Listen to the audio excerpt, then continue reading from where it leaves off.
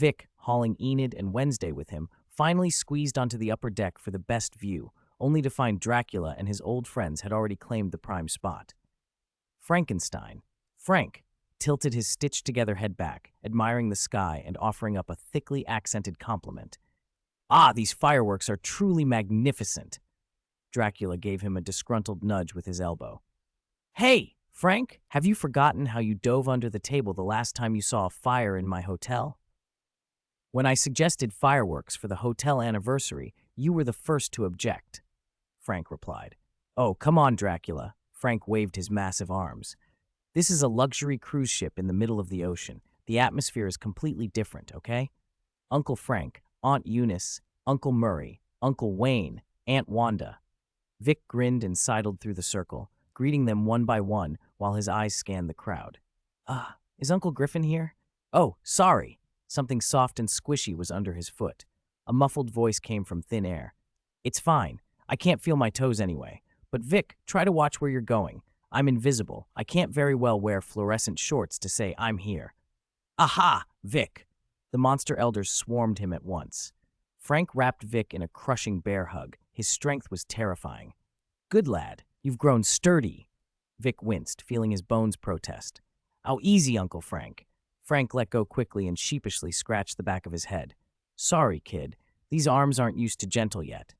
"You got new arms?" Vic rubbed his sore shoulder. "They feel even scarier than before." Eunice, Frank's wife, also a Frankenstein creation, rolled her eyes and answered for him. "He lost his originals playing cards with someone last week." "I picked these up from an online antique parts shop," Frank bragged. "Supposedly belonged to some Norse berserker. Might be some leftover muscle memory." "Hey, are these two girls your girlfriends?" one of the aunts asked. In no time, several of the female elders, Wanda the werewolf, Eunice, and others, had surrounded Wednesday and Enid with affectionate chatter. "Oh, look at these two adorable ones." Wanda gently touched Enid's cheek. "Is this our Vic's little girlfriend? So charming." Eunice examined Wednesday's gothic attire with appreciation. "Such poise, such taste, a perfect match for our Vic. If he ever dares to bully you, come find us, aunts. We've got your back." "Thank you, aunties." Enid's face warmed. She glanced at Vic, shy and pleased. Wednesday, stiff and composed, gave a small, measured nod. The flurry of attention left her a bit flustered, but a faint, private warmth seeped in. Frank slung his enormous new arm around Vic's shoulders and lowered his voice with mock seriousness. "Kid, having two girlfriends at once, this playboy business isn't healthy. Ever considered becoming a Frankenstein? Uncle can give you a modification. Then if one of your girlfriends gets mad and chops your head off, at least you can get a new body and keep playing the field." Vic straightened instantly, indignant. "Uncle Frank, that's rude. What we have is true love." Right in the middle of that warm, chaotic moment, a spotlight snapped to life on a high point of the mainmast where no one stood. The monsters exchanged puzzled looks. Then, gripping a rope in the rigging, a lithe figure swung down in a clean, graceful arc and landed perfectly in the center of the light. A bright female voice rang out. "Everyone, welcome aboard the Legacy. I am your captain, Erica." Under the spotlight stood a striking, white-haired woman in a crisp and white captain's uniform. She waved energetically at the deck. Her smile was confident and infectious, her blue eyes as clear as seawater.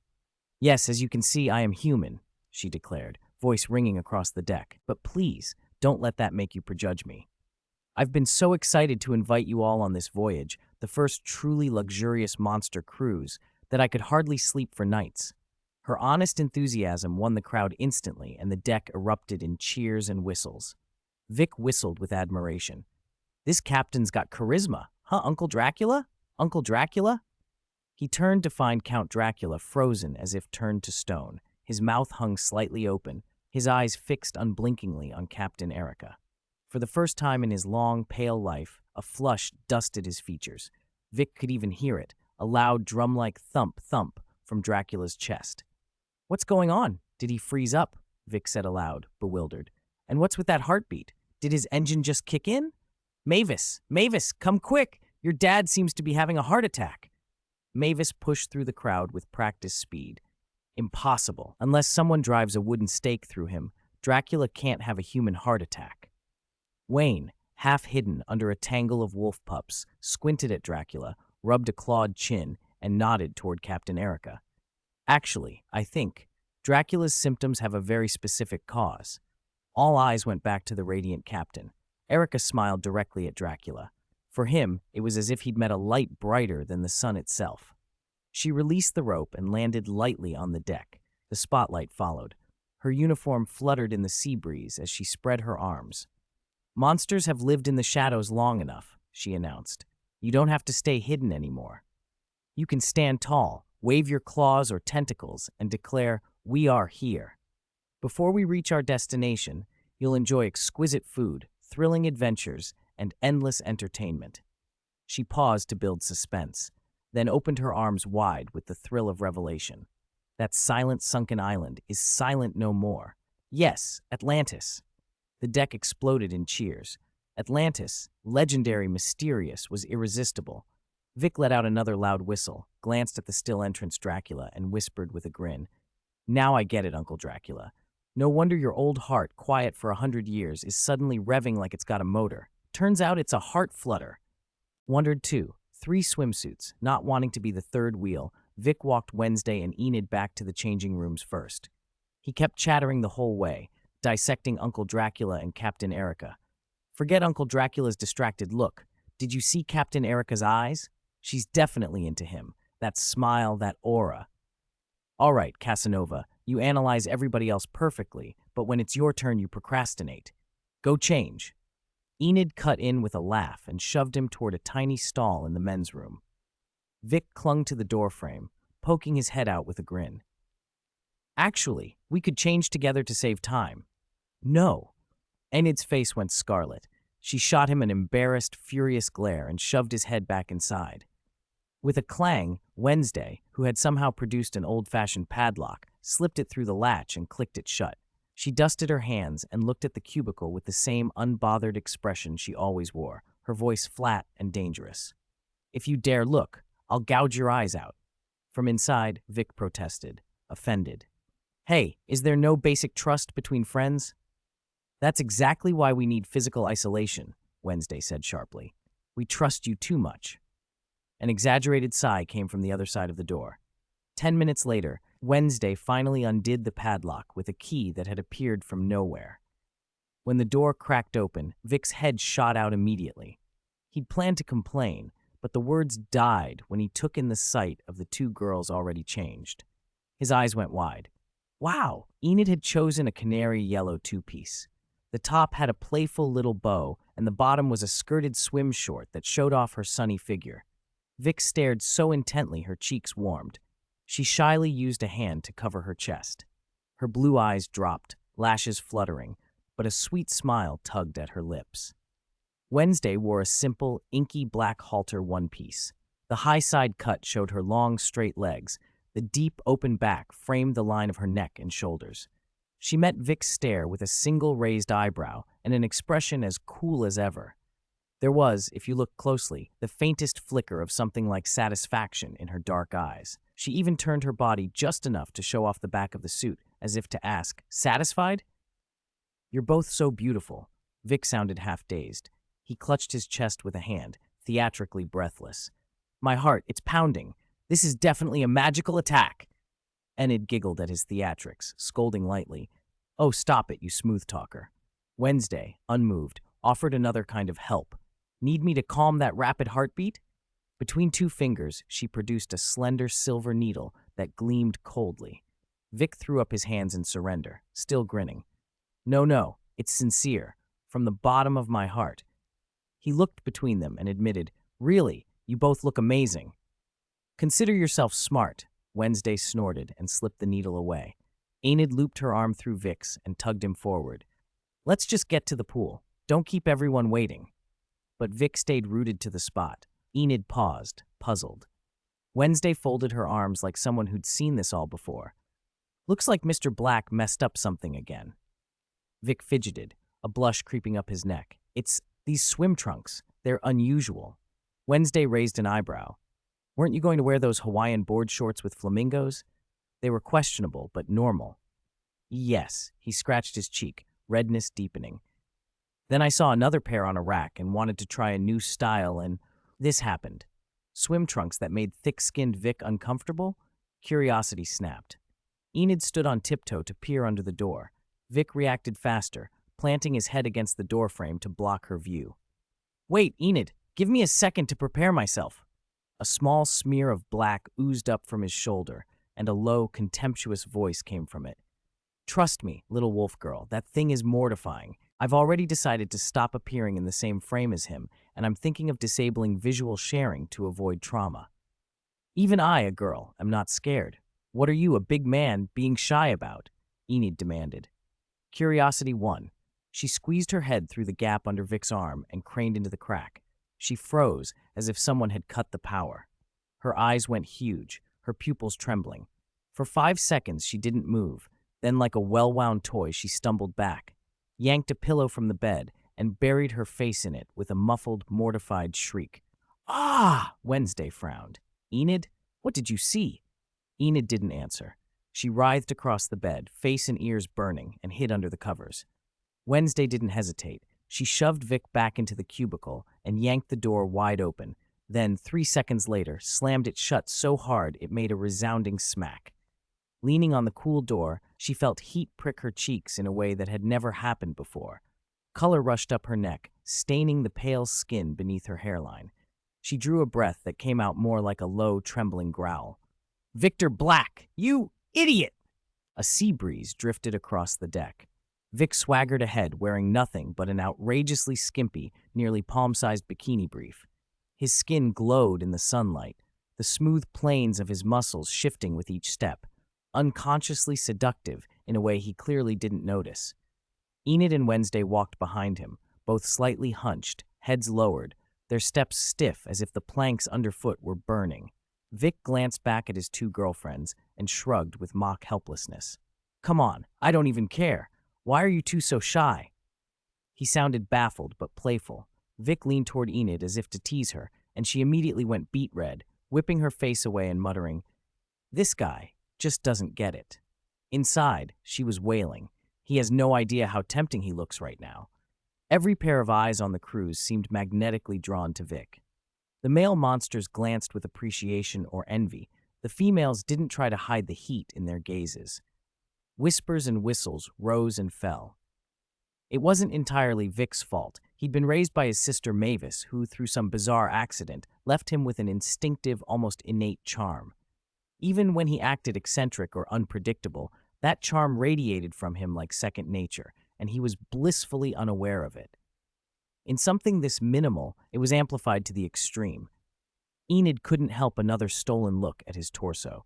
Sunlight carved the edges of his chest and abs into sharp lines. She swallowed hard. And lower, the overstimulating image she'd glimpsed in the changing room flashed back, making her cheeks burn hotter. She shook her head to chase it away. The earlier scene had been too much for her pure werewolf sensibilities. Wednesday's voice cut in, cool and dry as ever. "I'm curious, Mr. Black. What psychological boundary did you have to cross to convince yourself to wear this palm-sized scrap of fabric and parade around like that?" Vic didn't blush. If anything, he threw his hands up with innocent confidence. "Well, you two already inspected it." He drew the word out for effect, then nodded at an octopus-like monster passing by. "Besides, look, this guy's wearing nothing at all and seems perfectly comfortable." The octopus froze, tentacles curling awkwardly.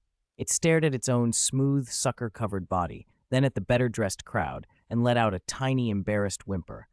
Covering its face with a tentacle, it gave a soft plop and launched itself into the sea, splashing huge waves. Vic blinked in mock concern. A bit introverted?" Seeing their shoulders relax only slightly, Vic sighed and compromised.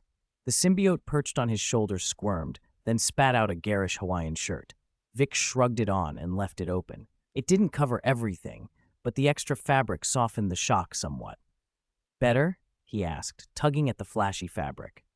With the shirt mostly concealing the offending scenery, the intensity of his charm plummeted. Enid and Wednesday both let out small, secret sighs. Enid rubbed her hot cheeks, but oddly a little note of regret fluttered through her. She'd wanted to sneak another look while she could. Wednesday, back to her usual deadpan, surveyed the shirt, and said, "At least now you look more like a normal, tropical vacation idiot." Vic laughed and slipped an arm around each of them. "Come on, this idiot will take you to the starlit pool." Their passage still drew looks, but now the commentary was more about the shirt's taste than anything else.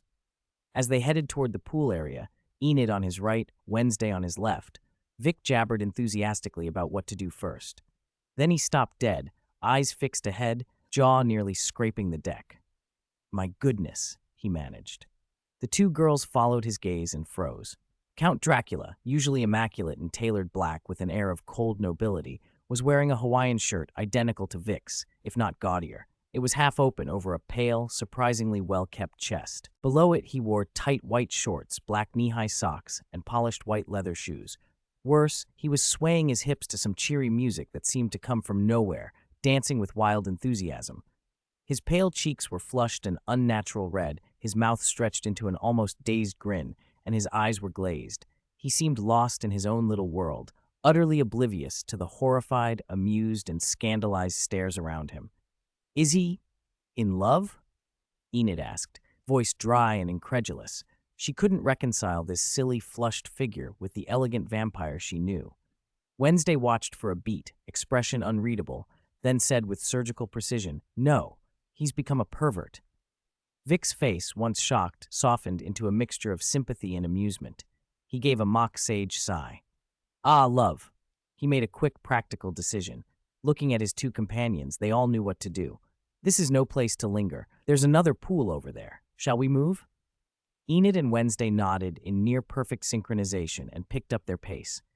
They wanted nothing to do with Dracula's out-of-control, love-pervert storm, and they certainly didn't want any photographic evidence for future blackmail fodder. The three of them veered away, slipping out of the epicenter of the Count's ecstatic gyrations. Behind them, Dracula continued his fervent swaying, the hem of his Hawaiian shirt fluttering like a flag of tragic comedy against his usual noble bearing. Without a doubt, Captain Erica's presence had ushered in spring for the millennia-old vampire in an extraordinarily enthusiastic way. 104. Caught Xiaoyu. The moment the three of them stepped into the pool area, a wave of noise, splashing water, and cheerful music hit them like a blast of summer heat. The massive circular pool looked like a small lake, crowded with monsters of every shape and size, all splashing around and full of life. "Wow, this pool is huge, and there are mermaids, so beautiful." Enid's blue eyes lit up as she pointed to several mermaid ladies elegantly playing in the center, their scales glittering in the sunlight. "Quick, quick, let's grab a spot."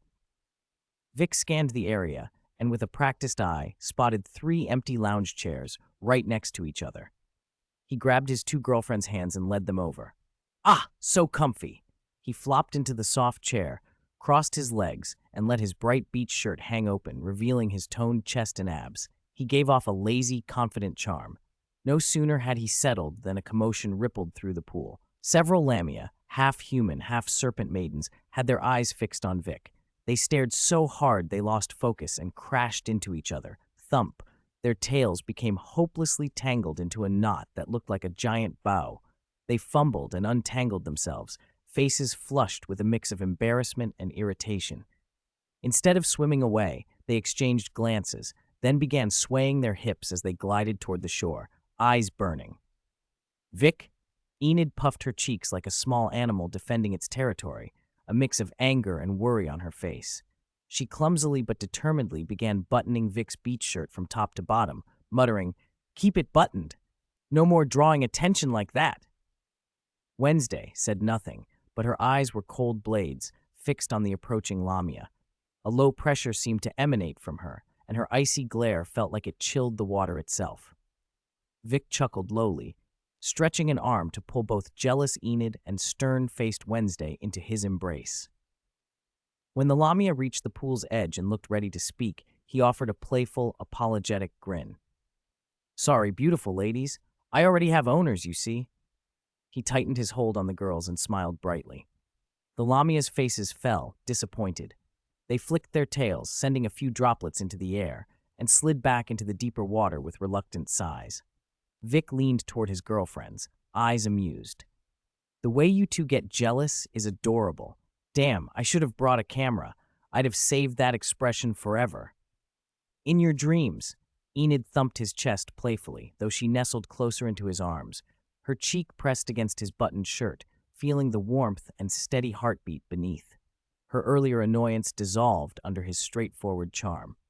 Wednesday softened too, relaxing her jaw and accepting Vic's arm. She shifted slightly to lean against him, but her words stayed sharp. If your photography is as terrible as your taste in swim trunks, it's better you didn't take a picture. Vic laughed and planted a loud kiss on each girlfriend's head. What's wrong with my taste? I think it's excellent. Otherwise, how would I have found the two best treasures in the whole world? Enid blushed, heart fluttering. Wednesday allowed a faint, almost imperceptible curl at the corner of her mouth, tacit, if reluctant, approval.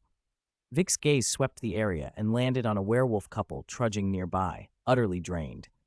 Wayne and Wanda were weighed down by a dozen wailing, fur-pulling wolf pups clinging to them like bunches of grapes. The couple looked completely beaten. "Uncle Wayne, Aunt Wanda," Vic called. "Oh, little Vic." Wayne lifted his head weakly. The exhaustion from childcare drained through him as clearly as sweat. "We'd love to rest, but with so many little masters, we can't leave them for a minute." Vic pointed toward another area of the deck. "There's a little monster fun club over there. Professional childcare. You can drop the kids off for a bit. They'll look after them so you can breathe." Wayne's eyes widened like saucers. "There's really a place like that? Thank you. Thank you so much." Without another word, he grabbed Wanda and darted off toward the club as if a 1,000-pound weight had been lifted.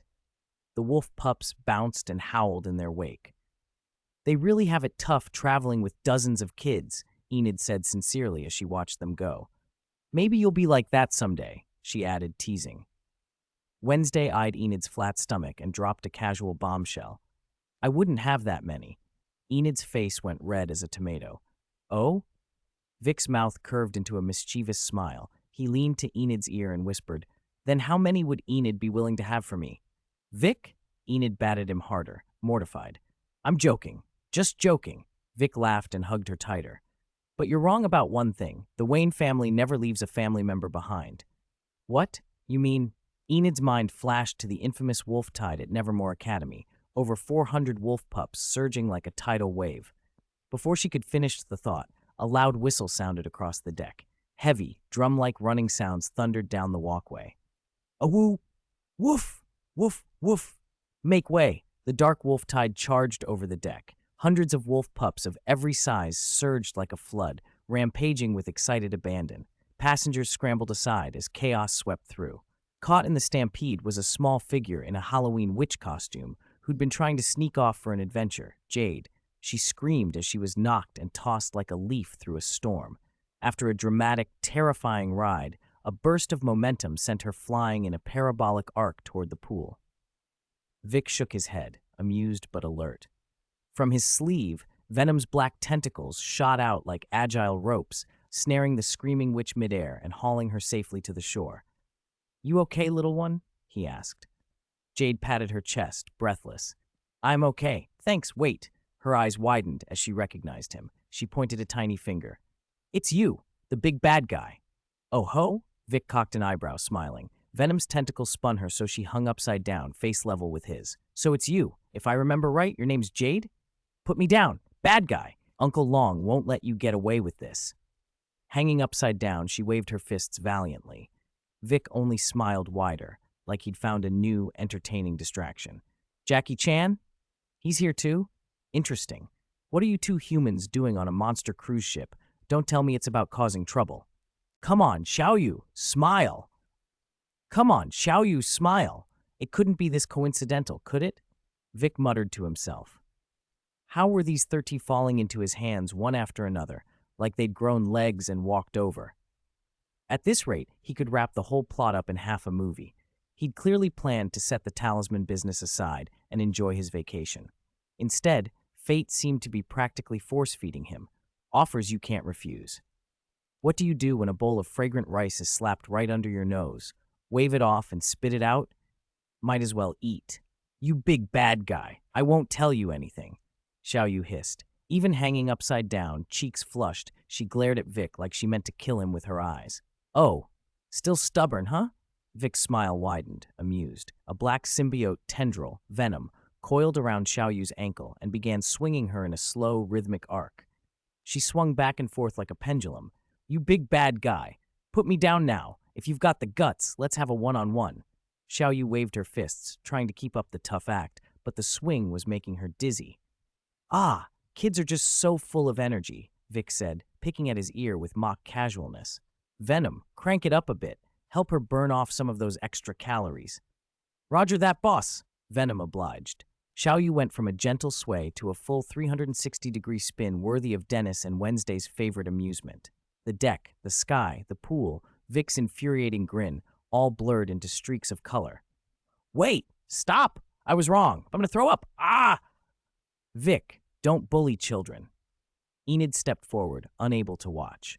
She gently plucked Xiaoyu from the tendril as if scooping up a dizzy kitten. Xiaoyu slumped into Enid's warm arms, eyes spinning like tiny coil springs, the world still tilting. "It's fine," Enid said, patting her. "Kids are tough. They won't break from a little play." Vic waved her off with a casual anecdote. "When I was a kid, my sister Mavis used to take me up 10,000 meters and drop me for freefall practice. Said it trained reflexes and aerial posture." Wednesday, expressionless as ever, added with dry matter-of-factness, "I frequently put Pugsley on a modified electric chair to experiment with his tolerance. He's still alive and kicking, now immune to most conventional currents." Xiaoyu, finally regaining some clarity, shrank closer into Enid's arms and peered at them like they were monsters. Her voice trembled. "Are you guys devils?" "No, no, no," Enid protested, indignant. "You're the ones who are abnormal. With your kind of games, even a monster would lose half its life." As Enid gently patted Xiaoyu's back to calm her, she asked, curious, "Vic, who is this little girl? Is she connected to the 13? Vic nodded toward the shaky child. "Yep.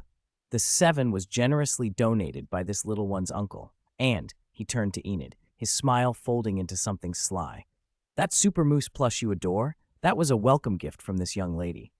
Xiaoyu's eyes widened in disbelief. Her face turned red with indignation. How dare someone be so shameless? She opened her mouth to object. "So it was you," Enid cried delightfully, lifting Xiaoyu to nuzzle her cheek. "Thank you for the gift. I absolutely adore it. I'll treasure it."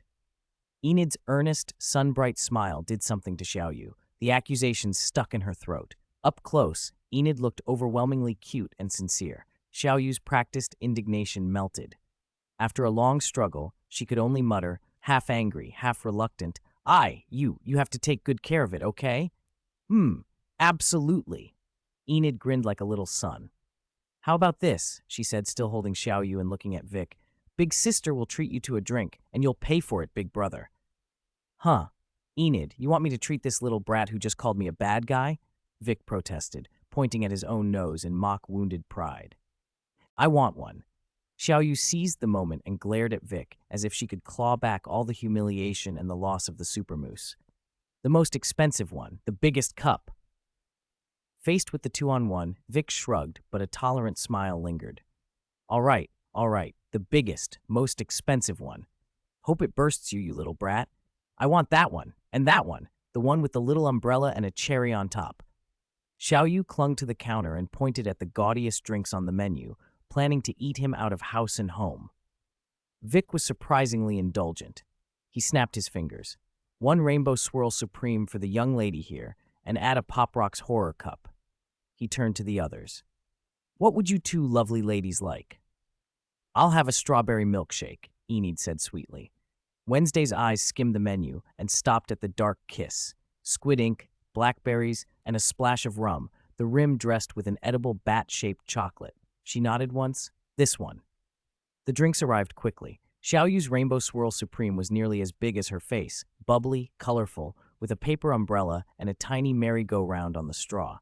She took a long, blissful sip, closing her eyes at the icy sweetness. So good." The grudge with Vic evaporated, at least temporarily. Vic pushed his beer aside and leaned closer, wearing a harmless smile. Xiaoyu pulled her drink in, clutching it like a precious resource. With her mouth full of slush, she mumbled, "What do you want? Even if you buy me a drink, I won't tell you anything." Vic waved a dismissive hand, leaning back. I don't want to work on my vacation. No running around, fighting, killing. That's Uncle Long's department. A sly tilt curved his mouth. As for me, I'll sit back and wait for the harvest. You wish Uncle Long would give you the 13. Xiao Yu shot back, sharp as a cat whose tail was stepped on. Oh, not necessarily, Vic said, leaning in with a low, coaxing tone. Have you ever heard of... Yeah. Xiao Yu's eyes widened. Something clicked in her head. With a sharp gulp, she drained the rest of her drink and slammed the cup down, springing from the bar stool like a rabbit startled. She dove into the crowd of monsters, trying to disappear among their oddly shaped legs and feet. Vic's smile only grew brighter as he watched her small form vanish. A tendril drifted lazily from Venom on his shoulder. Such a lively and exceptionally naive little thing, he mused with amusement. Let her run for 10 seconds. 15 seconds later, a frantic voice rang out. Let me go! Bad guy! You big bad guy! Xiao Yu's screams were cut short as Venom's black tendril snaked out, expertly catching her ankle and hauling her upside down in front of Vic like a recently caught fish. He adjusted her angle until her flushed, furious face was right in front of his phone camera. Vic smiled very broadly, then lifted the phone. Come on, Xiao Yu. Smile. 106. Hostages having a crazy time. I surrender, I'm not running anymore. Xiao Yu, dangling upside down, was completely defeated. She waved a small hand in surrender. That's better. Vic nodded in satisfaction.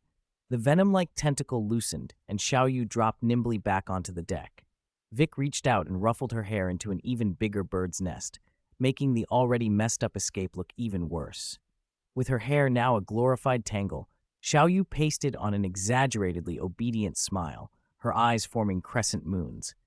I promise I'll be very good. Good. I like obedient children, Vic said with a smile, his tone gentle. But the moment the words left his mouth, so. His voice hardened. His right hand shot out like lightning, catching another pale, painted arm that had silently reached toward Xiao Yu's collar from the side. At the same time, the black symbiote on his shoulder surged out like a living tide, rapidly covering Vic's body until the fusion completed. Venom Vic turned his head toward the person whose arm he had clamped. Those giant white eyes locked coldly on the target. The low, layered voice carried an unmistakable threat. So, until I get the talisman, this child stays with me. No problem with that, zombie sir? Or should I call you Mr. Jackie Chan? Jackie Chan, caught, could barely hold a stiff, awkward smile. His eyes sharpened. In a flash, he grabbed a nearby metal beach chair, trying to swing it at Venom Vic's head. The chair didn't budge. He looked down to find that Venom's foot had somehow planted on the chair leg like a root. Vic tilted his massive head slightly, the white eye slits curved with mocking amusement. I do admire your knack for using props, the mixed voice said. But when the power gap is this big, they don't help much. He pressed with his foot. The metal chair shrieked and began to bend. Venom leaned close, the monstrous face imposing, pressure radiating off him. So, are you willing to cooperate? All right, I understand. Jackie Chan exhaled, the lines of tension in his shoulders falling. His voice was worn and resigned. I'll help you get the talisman. Just don't hurt Xiao Yu. He had no choice. He would do whatever it took to keep the child safe. As if sensing the plea, the symbiote receded into Vic's body like a retreating wave.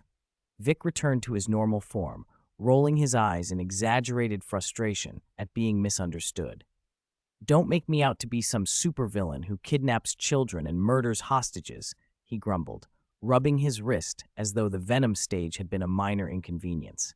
Then he let out a long, annoyed sigh. Do you think I wanted this? My plan today was perfect.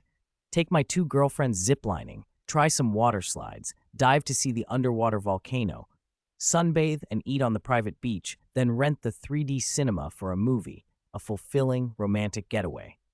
He grew more agitated the longer he talked, and he poked Xiao Yu's forehead repeatedly with a single finger. Now it's all ruined, and I have to bring along a tag-along, a super third wheel, on my romantic trip. Vic, Enid snapped, slapping his finger away and giving him a look that clearly said, Why are you poking a kid? See that? Vic turned to Jackie Chan, mock hurt. How pathetic is my hostage guardian situation, bossed around by my own girlfriend. Jackie Chan watched the ridiculous domestic display. He glanced at Xiao Yu, who, despite having her head manhandled, was unharmed and even making a sly face. The tight knot in his chest loosened. This Vic, for all his theatrics and force, didn't look like someone who'd actually hurt a child. Xiaoyu should be safe for the moment. Okay, go, Jackie said, the decision made. He gave one last complex look at Xiaoyu, then melted into the crowd of monstrous passengers, beginning his forced mission to hunt down the talisman. Left behind, the so-called kidnapper and his captive settled into an odd, makeshift vacation. Watching Jackie disappear into the crowd, Vic stretched and cracked his joints, his carefree grin returning. All right, the guardian of the third wheel has temporarily left the stage. He looped one arm around Enid's waist and set the other on Wednesday's shoulder, as if nothing had happened. Then he looked down at Xiaoyu, who was sulking with her back turned, and lightly nudged her shoe with his toe. Hey, Tagalong, what do you want to play? Since your Uncle Long is being so cooperative, I'll show you a good time today. Xiaoyu spun around, eyes shining. She immediately forgot her earlier grumbles. She pointed at the enormous rainbow-wrapped slide that climbed like a tower into the clouds. That one! The highest one! Good taste, Vic said, snapping his fingers. Let's go. A few minutes later, they stood at the top of the slide called the Abyssal Whirlpool, a transparent tube twisted nearly straight down, disappearing into the dark sea below. Just looking over the edge made knees wobble. Wow, Xiaoyu clung to the rail, face flush with excitement. Enid gripped Vic's hand as if steadying herself. Wednesday, unreadable as ever, checked the safety buckles like she was calculating odds of survival. Ready, kids? Vic flashed a grin, then sat in the front seat of a double inner tube and patted the empty spot behind him. Hop in and hold on tight. If you fall off, I'm not fishing you out. Who would even hold you? Xiaoyu scoffed, but she climbed in anyway, hands gripping Vic's waistband. Enid and Wednesday took the other tube. The ride attendant gave a push. Instant weightlessness. Water launched them down at dizzying speed through the clear tube, whipping and spinning them left and right. The rock and bump rhythm made screams burst out in all directions. Vic laughed with reckless glee. Wednesday's face stayed flat, though a tiny flicker in her eyes betrayed something like thrill. They hit the pool with a monstrous splash, the spray flying everywhere. Too exciting! Xiaoyu popped up, her wet hair plastered to her face, breathless and shining with excitement. Again! Vic wiped water from his face and regarded the disheveled, exhilarated girl. He raised an eyebrow. Not bad, brave kid. Your wish is my command. They spent the next hours racing through practically every adrenaline attraction on the ship. Xiaoyu, who had started the day as a forced hostage, soon lost herself in the fun. Laughter spilled out of her constantly. For a while she forgot about talismans and Uncle Long and everything else. That is, until the ship's intercom crackled ominously. Attention all passengers. We have received a report of an anomaly in the Ancient Artifacts Exhibition Hall on the lower deck. Passengers in that area, please remain calm and evacuate immediately. Repeat. The warning on the broadcast kept repeating, but Vic's eyes suddenly lit up like he'd just heard a dinner bell. Ancient Relics Exhibition Hall? Anomaly detected? He murmured the keywords under his breath, a grin lifting one corner of his mouth. Sounds an awful lot like Talisman's doorstep delivery service. Not bad, Jackie Chan, Enid said with a smirk. That was quick. Vic sprang into action. He grabbed Enid with one hand, reached out habitually to drape an arm over Wednesday's shoulder, only to have Wednesday deftly sidestep, and snatched Jade from the pool with the other, tucking the dripping girl under his arm like a briefcase. Come on, ladies.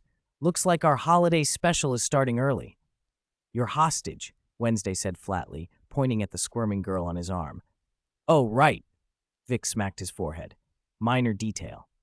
He tightened his grip and practically flew toward the Ancient Relics Exhibition Hall. Enid and Wednesday followed close behind. The closer they got, the heavier the air felt with abnormality. From a distance, they could see a cluster of nervous monster passengers gathered in front of the hall, pointing at the tightly sealed doors but not daring to go in. Make way. Official crisis response team coming through. Vic shoved through the crowd and swaggered in. A fish-like security guard stationed at the door tried to stop him. Sir, it's dangerous inside. You can't go in. Venom slid out from Vic's shoulder, hissing low and threatening. its huge white eyes fixed on the guard. The guard froze, then retreated with a shudder. Vic and his group entered the hall unimpeded. Inside, the hall was a wreck. Glass display cases lay shattered, artifacts scattered as if a tornado had ripped through. Vic's attention snagged on a chaotic scene in the center. A strange woman with sickly dark blue skin and writhing tentacles sprouting from her face clutched a plain, ancient gourd to her chest and lashed out at Jackie Chan with water, arrows of water, watery whips, assault after assault. "Wow, Jackie Chan," Vic whistled, amused. "What did you do to piss her off, huh? Make her chase you trying to kill you? Don't just stand there making sarcastic remarks." Jackie Chan rolled to avoid a sharp water arrow and panted. She wasn't like this before. She just touched that gourd in the display and then went mad. Her skin went blue and those tentacles grew out. "Venom," Vic barked. "Got it." The black symbiote surged out and wrapped around Vic, fusing in an instant. The new, monstrous Vic's right arm transformed into a heavy black warhammer and came down in a wide, crushing arc. But where the hammer struck, the woman's body rippled like water and dissolved into a spray of droplets. The blow passed through, as if through mist. The droplets recombined a little way off, reforming her shape, completely unhurt. Physical attacks aren't working. Venom's huge white eyes blinked in surprise. He threw several more powerful strikes, but each one washed through her like ripples across a pond. "Vic?" Wednesday's voice was calm and cold as she stepped forward, watching the fight. "That gourd?" she said. "There's strange magic clinging to her." Goody Adams' spirit floated beside them, studying the scene with unusual seriousness. "Not ordinary magic," she said. "It's miasma, corruptive miasma. It's already invaded and taken control of her soul. It's turned her into a thrall." "Can it be dispelled?" Venom asked. "It's difficult," Goody answered. "You need a specific purification spell, or you have to separate her soul from the miasma directly." "Soul separation?" Venom's head tilted. "Well, I'm pretty good at that now. Jackie Chan, fall back!" Jackie Chan leaped back at once. Venom charged forward again, fist raised, but this time a soft, white light glowed at the center of his clenched hand. The sheep talisman was firmly clasped in his palm. Where the fist met the woman's form, the blow landed solidly. The thrall's limbs went slack, and she collapsed. Vic saw, as clearly as if looking through glass, the woman's true soul shot free from the body in a shimmering form. It wasn't clean. Thick, living purple miasma coiled around it like a constricting vine, corroding and binding it, locking in silent screams. Venom extended the sheep talisman toward the tormented soul. The talisman gave off a soothing glow. When its light touched the corrupted soul, the purple miasma seemed to falter, lose its grip, then thin and obediently flow back into the simple gourd on the floor. Freed, the woman's soul became light and transparent. It floated to Vic and nodded in gratitude before sinking back into its body. The blue skin faded, the tentacles shriveled and fell away, and the woman's original, lovely face reappeared, though she remained unconscious. "Mission accomplished," Vic said. Venom withdrew back into his body. He bent to pick up the ancient gourd and weighed it in his hand, a curious smile playing on his face. "So that's what this thing is." Far away, in the boundless deserts of hell, a roar split the void. "Roar! Darn you, Shenlong! How dare you sever my thrall!" Bansh's tentacles lashed wildly. Her humanoid upper body was a sickly dark blue, eyes blazing with real fury. A calm, distant voice drifted over the void like a cold wind. The moon demon, Curse Blue, his long hair floating as if alive, crimson eyes holding a mix of ancient indifference and a trace of kinship. "I finally found a pure soul. The miasma corruption was nearly complete. She was about to become my thrall," Bansha snarled, pointing as if she could see across dimensions into the human world. But the connection was severed. I felt it. It was Shenlong's power. Curse Blue was quiet for a moment, then shook his head slowly. "No. Shenlong is still trapped in his pitiful stone prison. He hasn't truly broken free." As the eldest of the 8 demon kings, his reason had not been fully eroded by long imprisonment. He made a measured assessment. Someone else must have stumbled on a fragment of Shenlong's scattered power. Judging by its nature, it was likely claimed by the sheep, symbolizing soul, or the horse, symbolizing purification.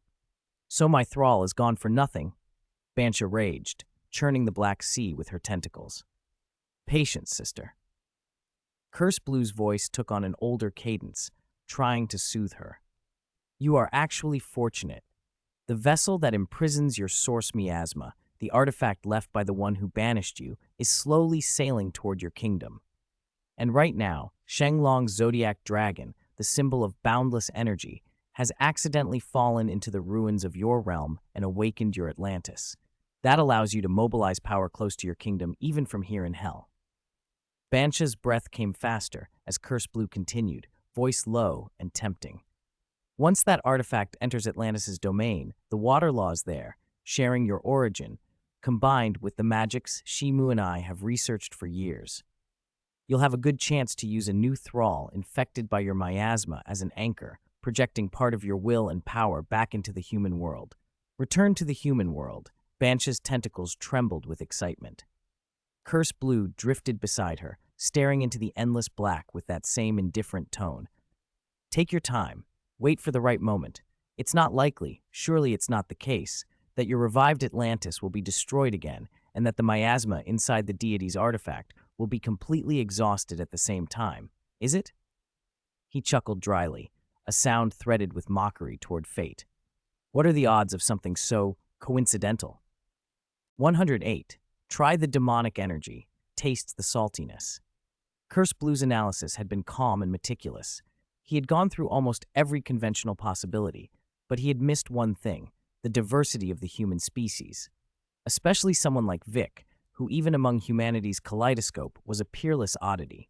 Faced with an unknown, ominous object radiating a sinister aura, a normal human would react with caution and keep their distance. Vic's first reaction was simple and direct: taste it to see how it is.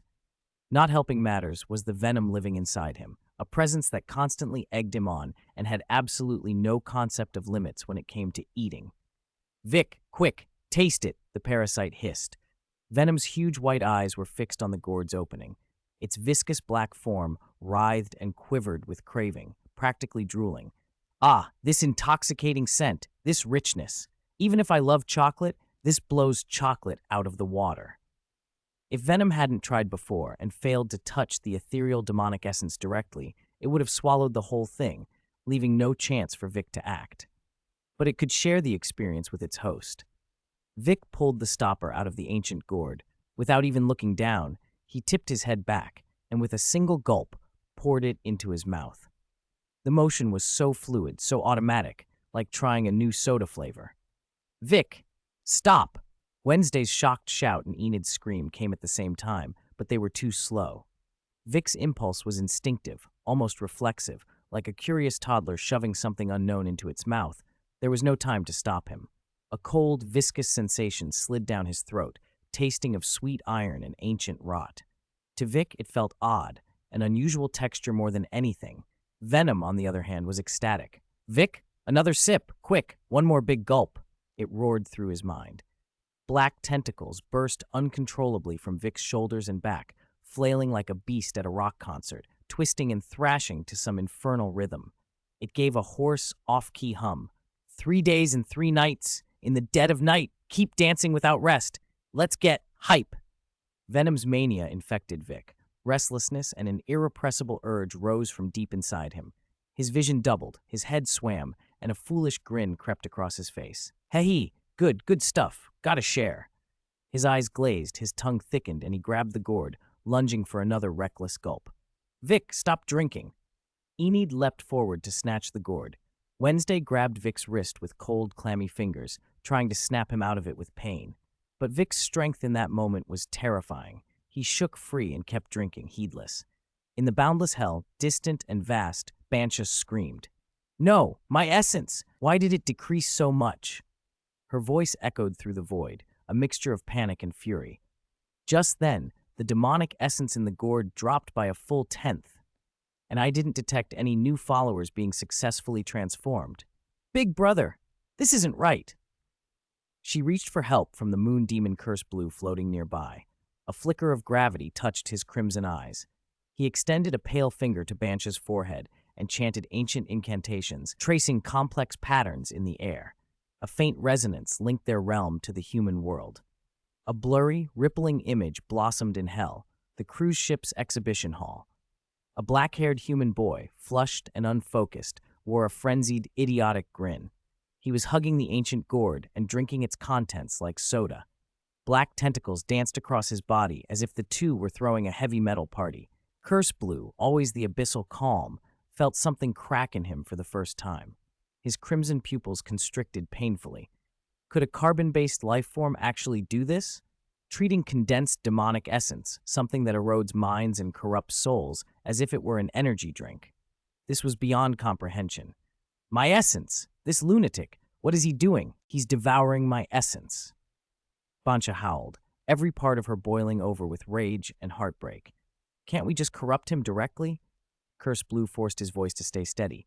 No, his soul is protected by the traitor saint's zodiac sheep power, solid as a turtle shell. I'll try invading his mind instead, twist his will directly. Bancha glared, teeth bared. Relying on the little link left with the gourd's residue, she poured a powerful wave of demonic will into Vic's mental landscape, intending to use pure corruption to drive him insane. But the instant her will touched his mind, before she could inject any dark doctrines, something else surged back at her. A chaotic, illogical flood of images and desires slammed into Bancha's spirit. Chocolate! Chocolate! Super want chocolate. Enid's cheeks look so soft and squishy, want to nuzzle. Wednesday's lips look cool. Kissing them must feel amazing. Want to hug and spin around. Vic wants kisses and lifts and to fly. Bancha froze. What the hell was this? The torrent contained no fear, no shadow, no despair, only the most straightforward, childish cravings for food, affection, and play. It was like being plunged into the collective mind of 1,000 overexcited kindergartners, an endless stream of sticky pop-ups that couldn't be switched off. Bancha's demonic malice had never met anything like it. And then, boom, a silent explosion on the mental plane. Bancha's demonic will was shredded to pieces by that mental mudslide. Her water-formed head burst with a soft poof into a shower of droplets. For several seconds, the droplets flailed, trying to regroup, and only barely reformed into her shape. She clutched her forehead as if it might split open, utterly listless, reeling from an unprecedented and bizarre trauma. Madman, he's a complete lunatic. Her voice trembled with something like collapse, frustration, disbelief. His chaotic mental world is the biggest contaminant of all. My tiniest bit of pollution didn't even make a ripple. It almost washed me away. Suddenly everything made sense. Curse Blue's careful deductions had failed because they assumed he was a normal kind of target. But Vic was not normal. He was a jester who refused to play by any known rules, his logic a private carnival. Curse Blue watched the image of the boy gulping the beverage, then looked at his sister, who sat stunned and broken beside him.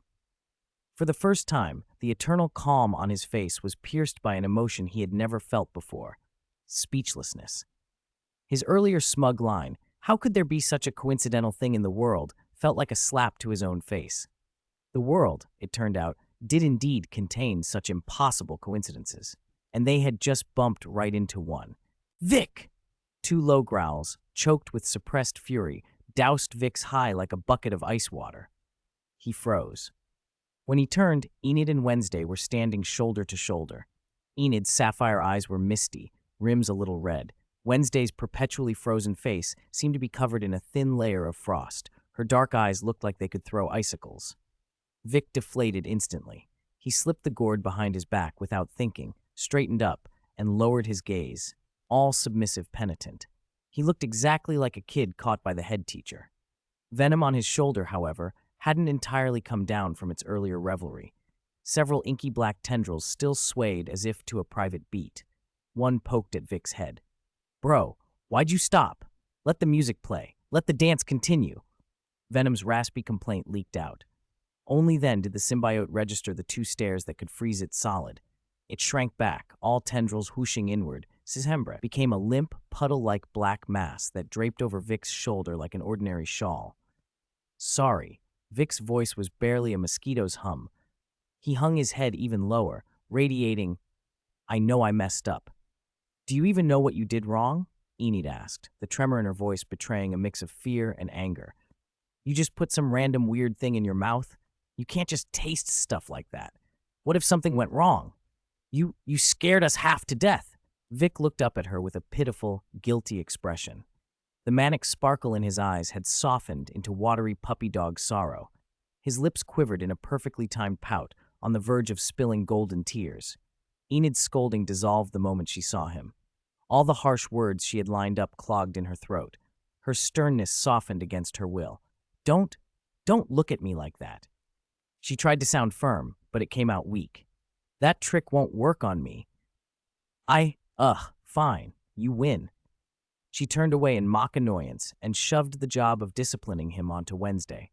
Wednesday, you take him. I can't stand that face. Wednesday snorted coldly. Utterly useless. You pull a stunt like that and you crumble. She stepped forward, ready to deliver her signature frost and blade reprimand. Then she saw Vic's eyes, half abandoned, half hopeful, shining with small pleadings. The sarcastic barbs she had lined up jammed. For 3 awkward seconds, her icy stare met those teary, starry eyes. She blinked, looked away, and almost flustered, spat out, "Don't do this again." She retreated to Enid's side, crossing her arms and slipping back into her usual aloof pose, though the tips of her ears were faintly warm. Enid shot her a look that said, "See?" And Wednesday returned it with, "Takes one to know one." Jade, who had been watching from the sidelines, gaped with eyes like saucers. Her mouth formed a perfect O. Her mind was racing. What level of divine technique was this? Vic's expressions, precise timing of tears, that exact pout, the angle of the glance were pure craft. It was a weapon. If she could learn it, imagine never facing Uncle Long's scoldings, never worrying about missed homework or no snacks. She wanted to pull out a notebook and diagram his face like a sacred text. The crisis passed, and Vic shifted his expression like a magician changing a card. The pitiful act vanished. His usual bright smile twitched back into place. From his pocket, he produced 2 neatly wrapped chocolates and pushed them into Enid and Wednesday's hands with a puppyish grin. All right, I was wrong. I promise it won't happen again. Here, something sweet to calm your nerves." Enid looked at the chocolate, at Vic's well-behaved face, and let out a helpless sigh. The corner of her mouth betrayed her and twitched up. Wednesday weighed her piece in her hand, glanced at Vic, and deadpanned, sugar-coated bullets. Then, despite herself, she unwrapped it and took a small bite. She didn't like sweets, but Vic's offerings were an exception. "Hey, what about mine?"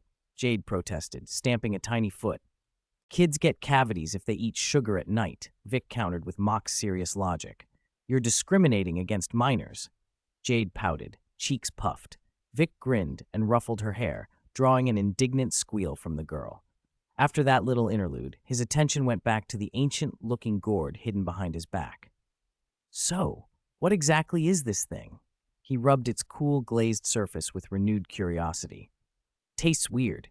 It got Venom all hyped up, but drinking it didn't seem to do anything else." A wisp of venom slipped out and rasped in agreement.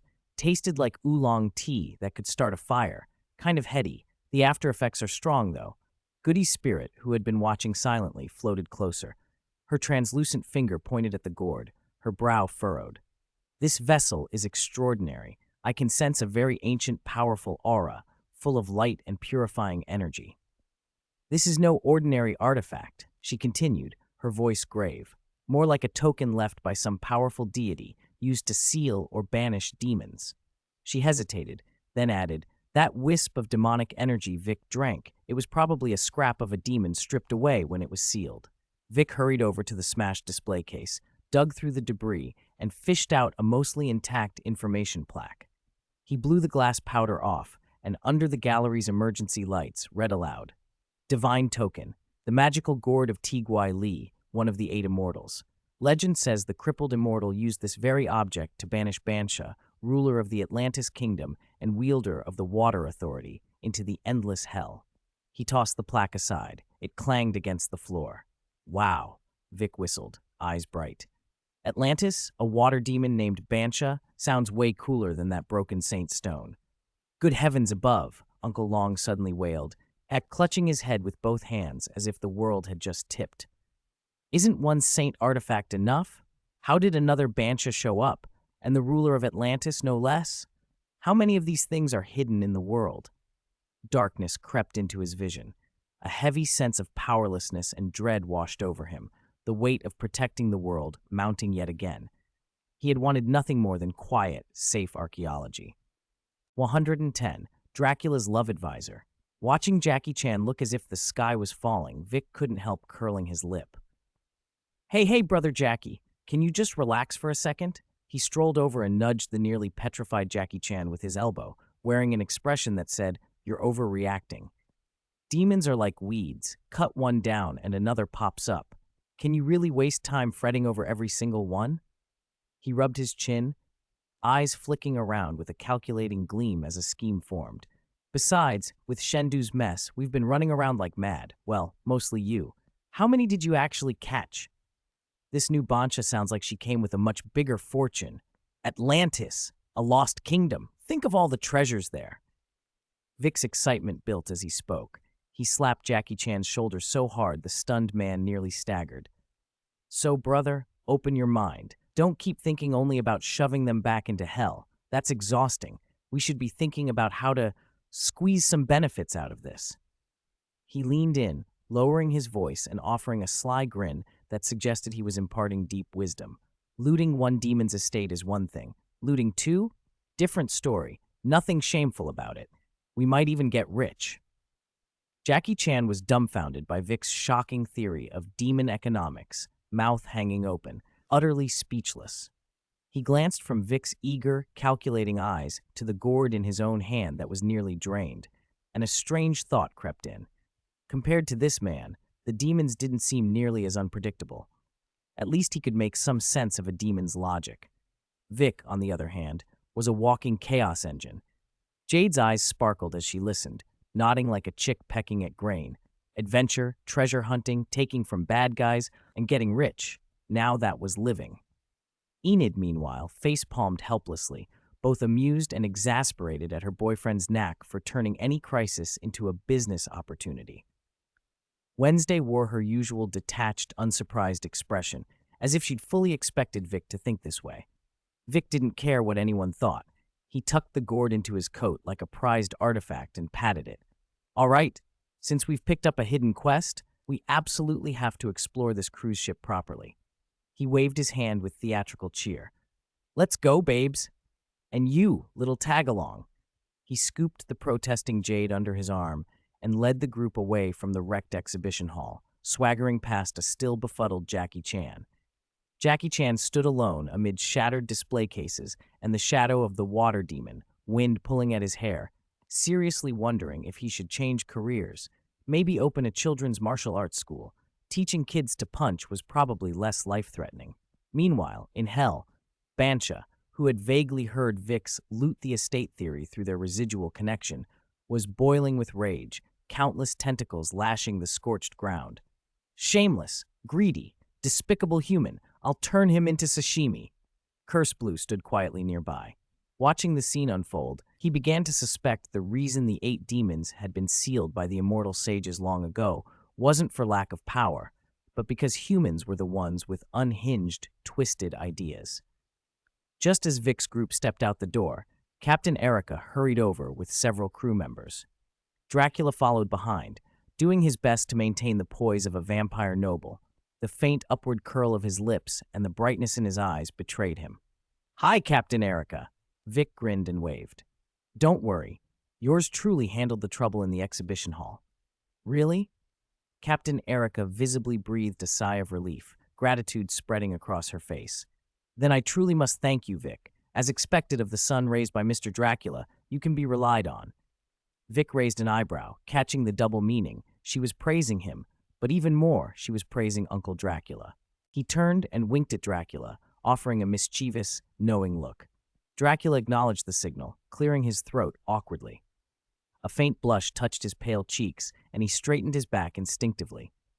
"Well then, Count Dracula," Captain Erica said after dealing with the formalities, her tone warm. "I'll see you later." "See you later, Captain Erica." Dracula bowed with elegant restraint, his voice a few degrees softer than usual. After she led the crew into the hall to handle the cleanup, Vic couldn't resist. He elbowed Dracula and mimicked Captain Erica's tone with exaggerated flourish. "Ooh, see you later, Count Dracula." Dracula flushed and steered Vic into a slightly quieter corner, the noble composure giving way to genuine anxiety. "Vic, you have to help me." He dropped his voice, sounding helpless in a way that was rare for him. She said she wanted to have a drink and talk. I don't know what to do. I haven't been on a date alone with a woman in over 100 years.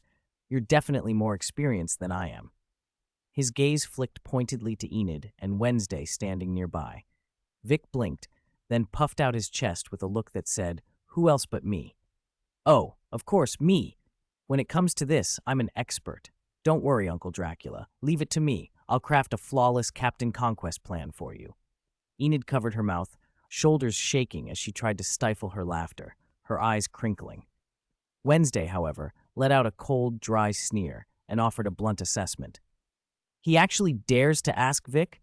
That's like inviting an arsonist to run a forest fire prevention seminar." Even Jade, still tucked under Vic's arm, couldn't help murmuring, "He's doomed." Dracula, clutching at a lifeline, was oblivious to the lack of confidence around him.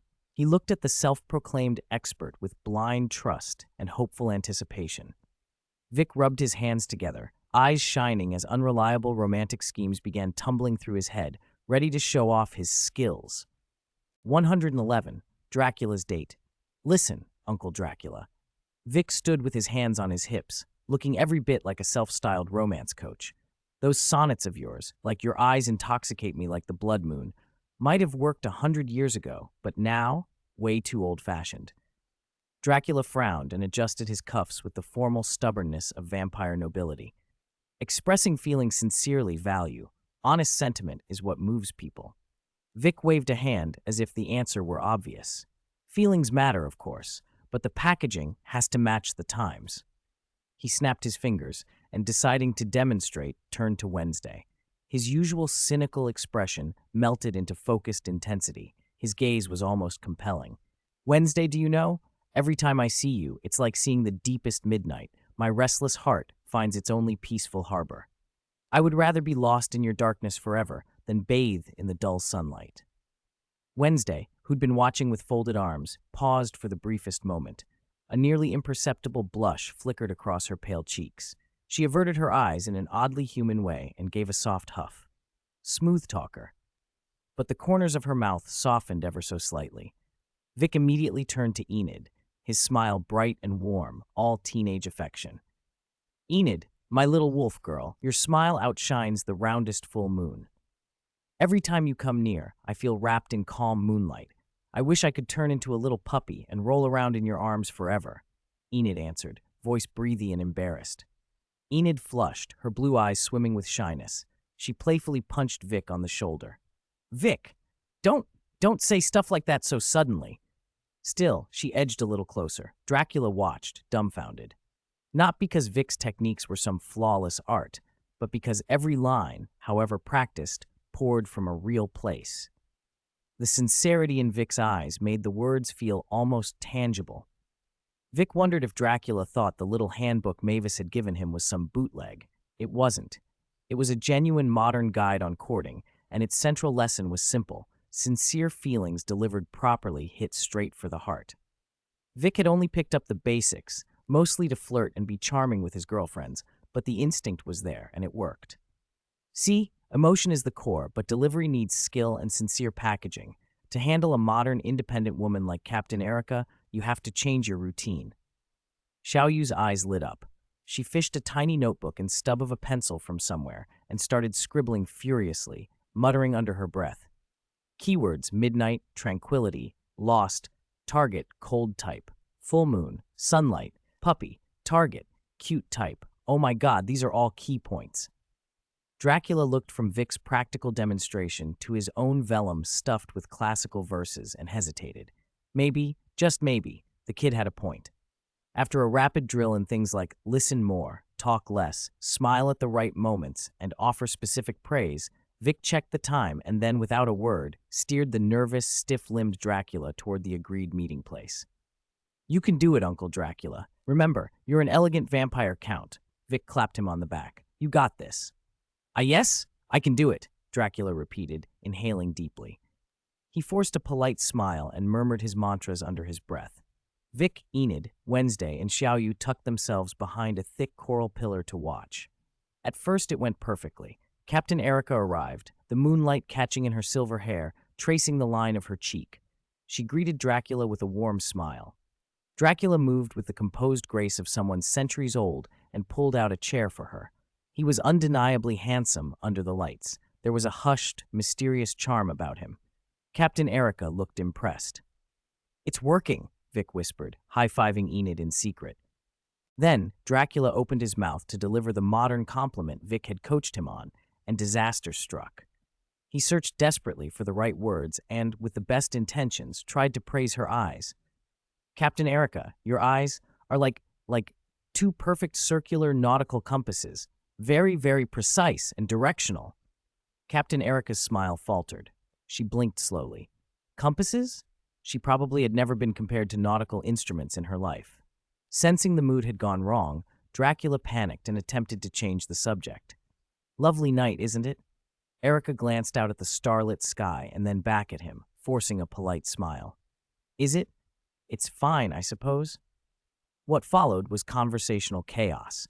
Erica shared a vivid sailing story and Dracula tried to contribute, but wound up recounting the plagues of medieval Europe. When she mentioned modern navigation tech, he reminisced about the romance of lamp-lit evenings. They were talking past each other. Behind the pillar, Vic buried his face in his hands. "Oh, my God." Enid couldn't look. She whispered, "Uncle Dracula seems even more nervous." Wednesday observed flatly, "It's like trying to teach a mummy to do ballet. The effort is there. The direction is not." Dracula himself was sweating. The more he tried to apply Vic's modern techniques, the more his original poise eroded into awkwardness. Then Enid suddenly tugged Vic's sleeve, wide-eyed. "Captain Erica is feeding Uncle Dracula with her own hands." They watched as Erica used a small fork to lift a golden crostini topped with something savory and held it to Dracula's mouth with a practiced, easy smile. Dracula's cheeks flushed as pink as a mortal's, his eyelids fluttering. Awkward but expectant, he opened his mouth just enough to accept the bite. Wednesday's expression sharpened. "That's not logical." With her experience, she wouldn't. She locked on to Erica's hand and spoke quietly, suspicious now. "Wait, what is she seasoning that with?" Vic squinted and saw her pick up a tiny bottle and sprinkle listening drops over the appetizer before feeding it. He waved his hand and tried to play it off. "Oh, it's just garlic oil for flavor." "Garlic oil?" Enid blurted, eyes huge. "Isn't that deadly to vampires, Uncle Dracula?" "It's not that extreme," Vic said awkwardly. "Well, for normal vampires it is, but Uncle Dracula..." He scratched his head. "Dracula actually likes garlic. He just has a bit of a garlic sensitivity." Wednesday finished for him, coolly analytical. At that exact moment, pfft, a loud, undeniably human fart sound drifted from the direction of the vampire count. In the otherwise hushed corner of the bar, it was embarrassingly conspicuous. The air froze. Vic slapped his forehead so hard he winced. Of course, of course. Dracula turned beet red, an entirely new look for someone who'd been dead for centuries. He stared at Captain Erica, mortified, and tried to explain in a small, halting voice, Was that you who made that sound?" Erica's expression dissolved from pleasant to stunned disbelief, and then to something like offended astonishment. She looked at Dracula as if she were seeing the fabled Count for the first time, and in that instant, all the polished romance of the evening evaporated. Behind the pillar, Vic stomped in frustration. "Uncle Dracula, think before you speak. How could you ask that?" It was social suicide. Amid the embarrassment and fluster, only Wednesday remained unnervingly composed. Arms crossed, brow furrowed, she studied Erica's movements like a hawk and murmured to Vic, low enough that only he could hear. "Feeding concentrated garlic oil to someone she clearly knows is a vampire? That isn't an act of kindness. Something about her doesn't add up." Her instincts told her that this capable, warm-looking ship captain might not be as straightforward as she appeared. Upon hearing Wednesday's analysis, Vic's heart skipped a beat, and then an even worse awkwardness settled over him. How was he supposed to bring it up? March over to Dracula and blurt, "Hey, that charming captain you're flirting with might be scamming you." No way. Dracula's heart had been asleep for over a century. If Vic doused that spark now, he might sink into despair and crawl back into his coffin for another 100 years. "Wait," Enid tugged his sleeve, whispering urgently. "The vibe between them, it's getting better again." Vic squinted and saw she was right. At the bar, Dracula seemed to realize how badly his rude remark had killed the mood. His pale face wore a rare look of embarrassment and sincerity as he leaned closer to Captain Erica and murmured something. Thanks to his enhanced hearing, Vic caught fragments. Apologies, my rudeness, since my wife passed, over 100 years, never. Good grief. Dracula was playing the tragic, century-old widower card. It worked. Sincerity was a weapon. Captain Erica's sharp, skeptical expression softened the instant Dracula mentioned his dead wife and his long loneliness. Feminine sympathy swelled. She started sharing her own stories of hardship at sea. The conversation found common ground and smoothed back into something warmer than before. Vic scratched his head, torn. What do we do now? He asked Wednesday, frowning. You expect me to ruin this? He muttered. Uncle Dracula would hang me off the mast and dry me into jerky. After a while of fruitlessly brainstorming, Vic gave up. Forget it, he waved a hand. Look on the bright side. Even if Captain Erica has an angle, what can a human do to a top-tier monster like Dracula? He started counting on his fingers. Poison? Vampires have top-tier resistance. Assassination? He's immortal. Drag him into the sun? He nearly laughed. Since those geniuses at Nevermore, Da Vinci, they developed vampire SPF 1000,000 plus sunscreen. Sunlight's basically a tanning session. He spread his hands. I can't think of any way a human could really threaten Dracula. Wednesday crossed her arms and, rare as it was, cracked a dark joke. Maybe she can control the Kraken, Vic snorted. Ha! Control the Kraken? Wednesday, you've been reading too many fantasies. If humans could really control that thing. He leaned toward her, teasing. I'd let you step on my face, as much as you want. They laughed, absurd and light, and the respite lasted only hours. Then everything changed. Piercing screams and pounding footsteps ripped through Atlantis. Vic, fused with the symbiote and hugely enlarged, was bent over, flailing to dodge a sucker-covered tentacle sweeping toward him like a battering ram. One massive hand held Wednesday and Enid around their waists. The other clutched little Dennis, little Wednesday, and Johnny like a clutch of chicks. He ran for his life across the sunken city. Beside him, Jackie Chan, disheveled and shouting his trademark lament, clutched the screaming Jade and ran too. Behind them, a shape the size of a mountain filled the ruins, the Kraken. Its enormous tentacles smashed through ancient structures and churned towering waves of water and dust. Not long before, the legacy had arrived, and the city had been alive with celebration, the monsters partying in Atlantis, turning the ruins into a lavish aquarium casino dance hall. Then a figure climbed to the highest central point, a makeshift DJ booth rigged with strange devices. Moonlight picked out his weathered face and mechanical body. Abraham Van Helsing, the notorious monster hunter, had appeared. Standing by Van Helsing, head bowed and refusing to meet Dracula's eyes, was Captain Erica. Her silence said everything. Monsters. Van Helsing's voice blasted through the speakers, cold and fanatical. Welcome to your final resting place. This lost tomb is the perfect grave for you, the remnants of a bygone age that should have been swept into history's dustbin. He spread his arms like a preacher. Centuries of planning have come to fruition tonight, thanks to my great-granddaughter for luring you fools into this isolated trap. His fingers danced over a synthesizer. An eerie, compulsive electronic melody spilled out, rippling over sea and ruin. This ancient tone controls the leviathans of the deep. Feel the wrath from the abyss. At the first notes, something old and terrible stirred in the ocean's trench. The water roiled, the ruins trembled. A primal fear gripped every monster there. No, Erica, Dracula's voice broke. He stared at the woman who had reached his heart, eyes full of betrayal and a sorrow deeper than any wound a silver blade could give. Erica didn't look up. Her shoulders shook. Van Helsing's face split into a cold, ruthless smile as the shadow from the deep rushed toward them. The Kraken had awakened. Wednesday! Vic yelled as he ran, turning to the girl he'd wrapped in one arm. Even in the chaos, his voice was half exasperated, half panicked. When you step on my face later, could you wash your feet first? Not that I mind the original scent, just prefer something more fragrant. Even amid the stampede, Wednesday rolled her eyes. You're thinking about that now? You should be thinking about how to handle that giant octopus behind us. Handle it? Vic's voice cracked. That's like asking some minor character from Journey to the West to take on Sun Wukong and his whole crew. Me versus the Kraken? Guaranteed death. Then, like lightning, a wild, almost insane idea struck him. He skidded to a halt, leaving deep gouges in the pavement. Wait, he panted. Maybe it isn't completely impossible. Demonic energy, if I use those things. 113. Demonization. Setting aside the chaotic mess back in Atlantis for the moment, in the boundless reaches of hell, the water demon Bansha was on the verge of losing her mind. My kingdom, my Atlantis! No!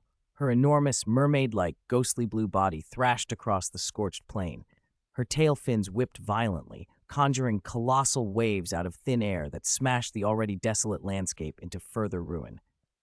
The unlucky earth demon Dikui had only just crawled from a crevice and hadn't yet taken in what was happening when a sudden wall of water slammed him into a nearby cliff. The demon embedded into the rock with a thud, leaving only a warped outline. Ahem, what's Second Sister doing now? Has she lost her mind? Dikui mumbled, struggling to pull his head free, shaking his dazed skull. Nearby, the sky demon Shimu hovered, bat-like wings beating. He watched Bansha's frenzy with no sympathy, only schadenfreude, emitting sharp, cackling laughter. Cackle! Of course she'd be frantic. She waited 1,000 years for this, just on the verge of touching the mortal world again with that sliver of demonic energy. And then what? The cooked duck just flew away. You'd go mad too. Cackle ha ha ha! Enough, Bansha. Calm down, came a calm, distant voice. Moon Demon Curse Blue, the eldest brother. He floated weightlessly before her, attempting to stop the pointless destruction. Venting your rage like this won't salvage anything. Calm? How can you expect me to be calm? Bansha snapped, pointing a furious finger at a water mirror suspended in midair, formed from condensed demonic energy. The image in the mirror, which had been clearly showing the chaos in the Atlantis ruins, was growing blurry, its edges distorting and dissipating. Look, my kingdom, the one I fought so hard to restore. My tenuous connection to the mortal world is breaking. It's about to vanish completely. She let out a heart-wrenching, desperate roar, full of despair and resentment. And what destroyed it all was that North Sea Leviathan I subdued back in the day, a damned human, using the method I left behind, controlling my Leviathan, to destroy my kingdom. This is the greatest humiliation. A flicker of helplessness crossed Curse Blue's crimson eyes, but he kept his composure and tried to soothe his sister. Bansha, don't panic. It's not over yet. Your origin demonic energy has already reached Atlantis. As long as you seize the moment, use that wisp of energy to infect and convert a suitable vessel and anchor your will. Curse Blue's words cut off. His crimson pupils narrowed sharply as he stared at the scene reflected in the water mirror. The sight was so astonishing, it shocked even this ancient demon. For the first time, a crack appeared in his usually impassive face. Damn it! How dare he inhale so much at once? Seeing her elder brother so uncharacteristically flustered, Bansha's dread spiked. She craned her gaze to the water mirror. Then the whole demon froze. Her eyes went hollow, as if all hope had drained away. In the wavering image, that human kid, Vic, was holding the ancient gourd that should have contained her origin demonic energy, her tether back to the mortal world, and chugging it like soda. The gourd's mouth formed a small, visible vortex of purple energy from the suction. That priceless, pure demonic energy, Bansha's last hope, was pouring unimpeded into the human's stomach. No, no, my demonic energy, my last hope, Bansha muttered, voice trembling. She reached out with a shaking tentacle as if to pierce the mirror and stop him, but it fell limp. Hell fell into a deathly silence. The only sounds were Shimu, so shocked he forgot to fold his wings, slumping from midair with a splat and emitting strange whimpers that might have been laughter or sobs, and Dikui scratching his rocky head. Looking between Bansha and Curse Blue, frozen like statues, and the twitching Shimu on the ground, he grew even more confused. So, what the hell happened? At Atlantis, Vic let out a loud, satisfied belch. Cold air rose from his throat with a faint wisp of purple mist. Burp! The sensation was more refreshing than drinking 10 bottles of ice-cold soda. Venom had once told him that the stronger a host's primal attributes, the greater the surge when demonic energy fused with them. When he'd first sipped from the gourd in the exhibition hall, he'd vaguely sensed it, the instant infusion of an ancient power into his physique. His strength and reaction speed had spiked, and for a moment he'd felt a strange authority over water. It had been fleeting, as the gourd's gentle power protected his soul and the untamed demonic energy retreated into the vessel. The enhancements had faded. But the memory of that connection, like the ability to command water, stuck with him. Now he'd guzzled the entire gourd. Enough. This time it's absolutely enough. Vic growled as the demonic energy surged through him like a tsunami. An indescribably vast force erupted from his body. His form began a visible, terrifying transformation. Bones cracked and popped, his frame swelling as if pumped with air. Muscles bulged, shredding his clothes into rags. His skin shifted to an ominous, deep-sea ghostly blue, smooth and icy to the touch. His pupils contracted, the whites of his eyes flooded with a blood-red glow that radiated a fierce, demonic aura. Flesh split at his cheeks as upward-curving, bone-like gills formed and fluttered with his breath. Slimy, deep blue tentacles burst through his scalp, writhing like living things. The most astonishing change was in his lower body. His legs fused and elongated, covered in hard scales, forming a thick, powerful fishtail patterned in ghostly blues. The tail fin looked like silk, yet had the brute force to cleave water. He was being reshaped by Bancha's origin demonic energy into the form of a water demon. As his consciousness blurred beneath the onslaught of raging power, waves of venomous, furious, indistinct mutterings slammed into his mind like the cruelest of curses. Fucking little bastard. Shameless thief. One day I'll tear you to shreds and use your bones to adorn my throne. Your whole family. Vic froze at the sudden roar in his head. He blinked his crimson eyes, baffled, and mumbled absent-mindedly, "Who is that? So rude. Don't they know public channels prohibit noise and personal attacks too?" 114. Justice Group fight. Vic! Are you okay?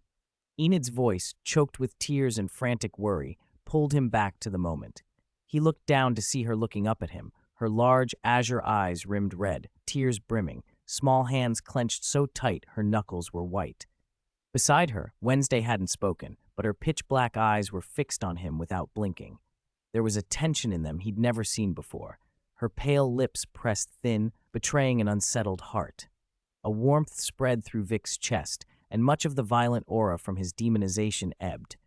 He forced his stiff face into a grin that might have looked ferocious to others, but felt cool to him, baring sharp teeth. Well, isn't it super cool? He flicked his newly grown, powerful tail and sent a spray of water into the air. Don't worry, my fies, I'll be right back. Can you take care of yourselves? Enid wiped her tears hard, sniffled, then immediately schooled her features into determination. The wild light of a werewolf flashed in her eyes. Don't underestimate me. Before she finished speaking, she slashed with her claws. Cold light sliced through the air. Several massive boulders swept toward them by the kraken's tentacles, split neatly as if struck by a hot knife, then crashed into fragments. Howl had left her a gift before leaving. Her werewolf bloodline had clearly undergone some profound awakening, boosting her power and control. Wednesday was even more direct. Without glancing at the falling rocks, she raised a hand expressionlessly. Dark energy swirled at her fingertips, and with a faint gesture, invisible ripples altered the boulders' trajectories. They skimmed harmlessly past and plunged into the sea with thunderous splashes. She hadn't wasted her time with that dark codex. Wow! Vic's eyes lit up with genuine admiration, as expected of my girlfriends. Amazing. With them here, he could go meet that big guy without worry. He twisted his massive fishtail, turning his enormous demonic body to face the mountain-sized kraken rampaging in the distance. Deep in the sea, a clash between demon and behemoth was about to erupt. Wait! Vic slammed on the brakes. His huge tail gouged two deep grooves in the ground as he stopped. He scratched his head, now covered in blue scales and slick tendrils, wearing a bewildered look, his crimson eyes suddenly philosophical. That's not right. Why should I charge in like some hot-blooded manga idiot protagonist? He examined his own ferocious demon form. The hellish voice in his head was still spouting obscenities, mostly reduced to muffled beeps thanks to his mental filters, and he felt the whole vibe was wrong. He looked every bit like a final boss. Since when does the villainous big boss roar and charge out front? Pah! He spat, amused and disdainful. What lousy demonic aura, trying to dumb me down into a brute who only knows force? Not a chance. He mentally flicked on a sort of selective deafness and ignored the noise. He swung his huge tail, faced Wednesday and Enid, and extended a now clawed hand. In his palm lay the 2 and the 3, resting quietly. Heh heh, I've been tinkering these past few days and figured out some super interesting tricks. Vic's face split into his signature grin, madness and pride laced together. Despite the demon visage, the cunning in his eyes was unmistakable. He activated the 2.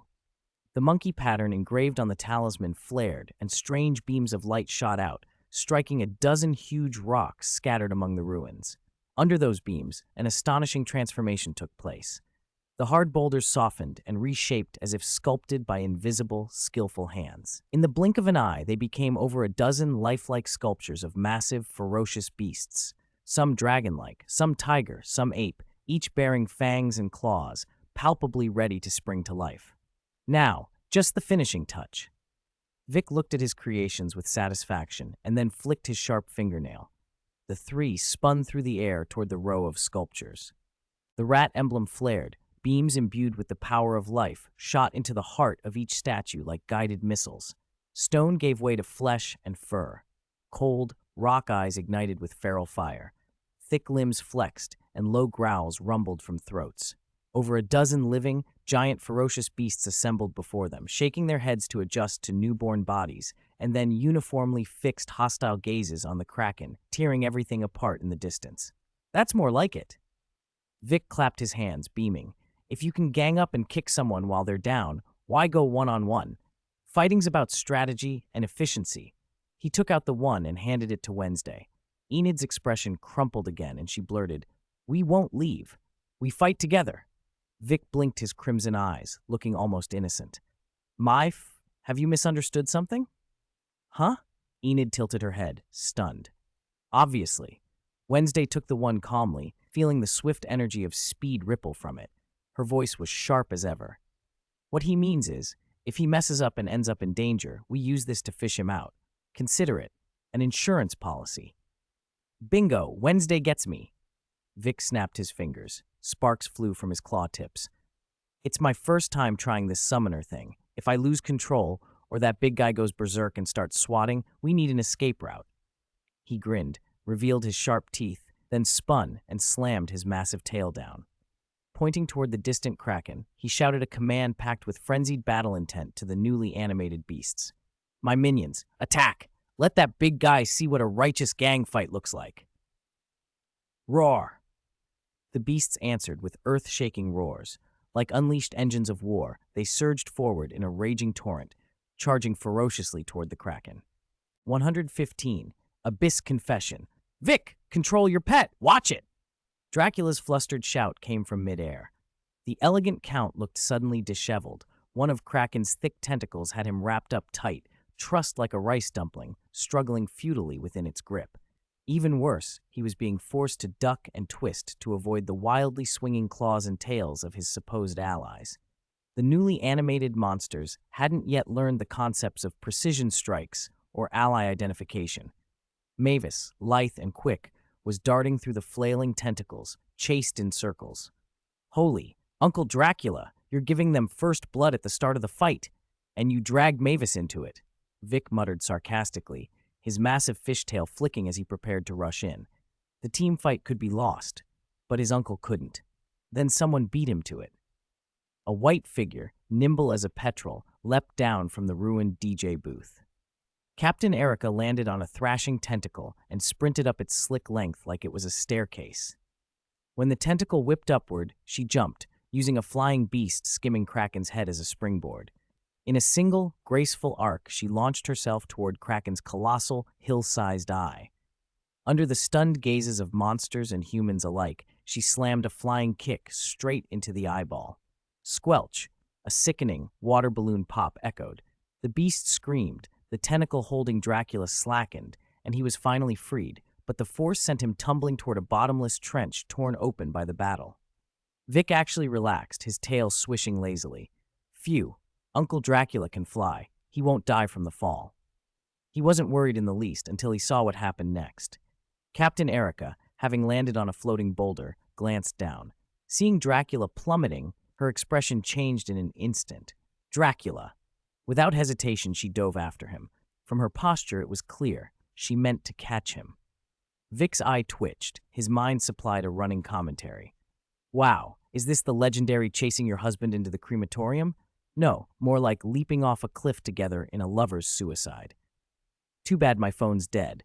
This scene would make the front page of Monster World. Shocking. Human captain jumps off cliff for love. Is humanity broken? Nearby, Jackie Chan watched Erica's fluid, audacious moves with his mouth open in admiration. She's basically Superwoman. Vic gave Jackie a sidelong look. You, who once ran across a speeding, cliff-plunging train and called someone else Superwoman? Dracula had begun to right himself in mid-fall when his pupils constricted. He saw the white-uniformed captain falling toward him, silver hair whipping in the wind, eyes that had once seemed as precise as a nautical compass, now completely focused, without a trace of hesitation.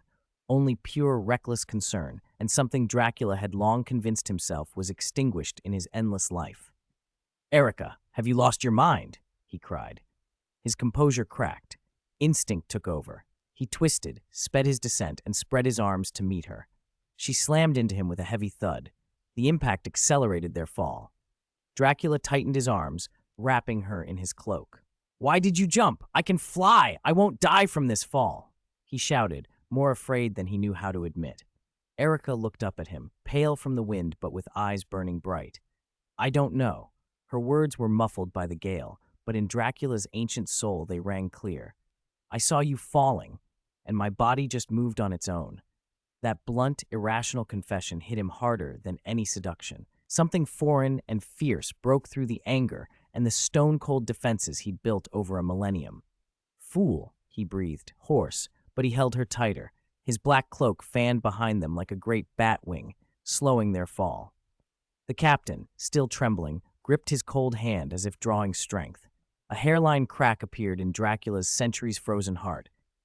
Above the trench, Vic shaded his eyes with a scaled claw, feigning a long-distance look while his crimson eyes glittered with gossip. They were hugging. Uncle Dracula had really hit the jackpot. After feeding first blood at the start of the fight, he'd now gotten the beautiful captain to leap off a cliff to save him. This plot even soap operas wouldn't dare write. "Erica, what are you doing?" Abraham Van Helsing's furious roar cut like lightning from the shaky DJ platform. He glared at the pair falling toward the abyss. Erica lifted her head from Dracula's embrace and called up at the great-grandfather who had trained her in demon hunting. Her face was complex but steady with an unusual resolve. "Great-grandfather, stop! We can't keep doing this!"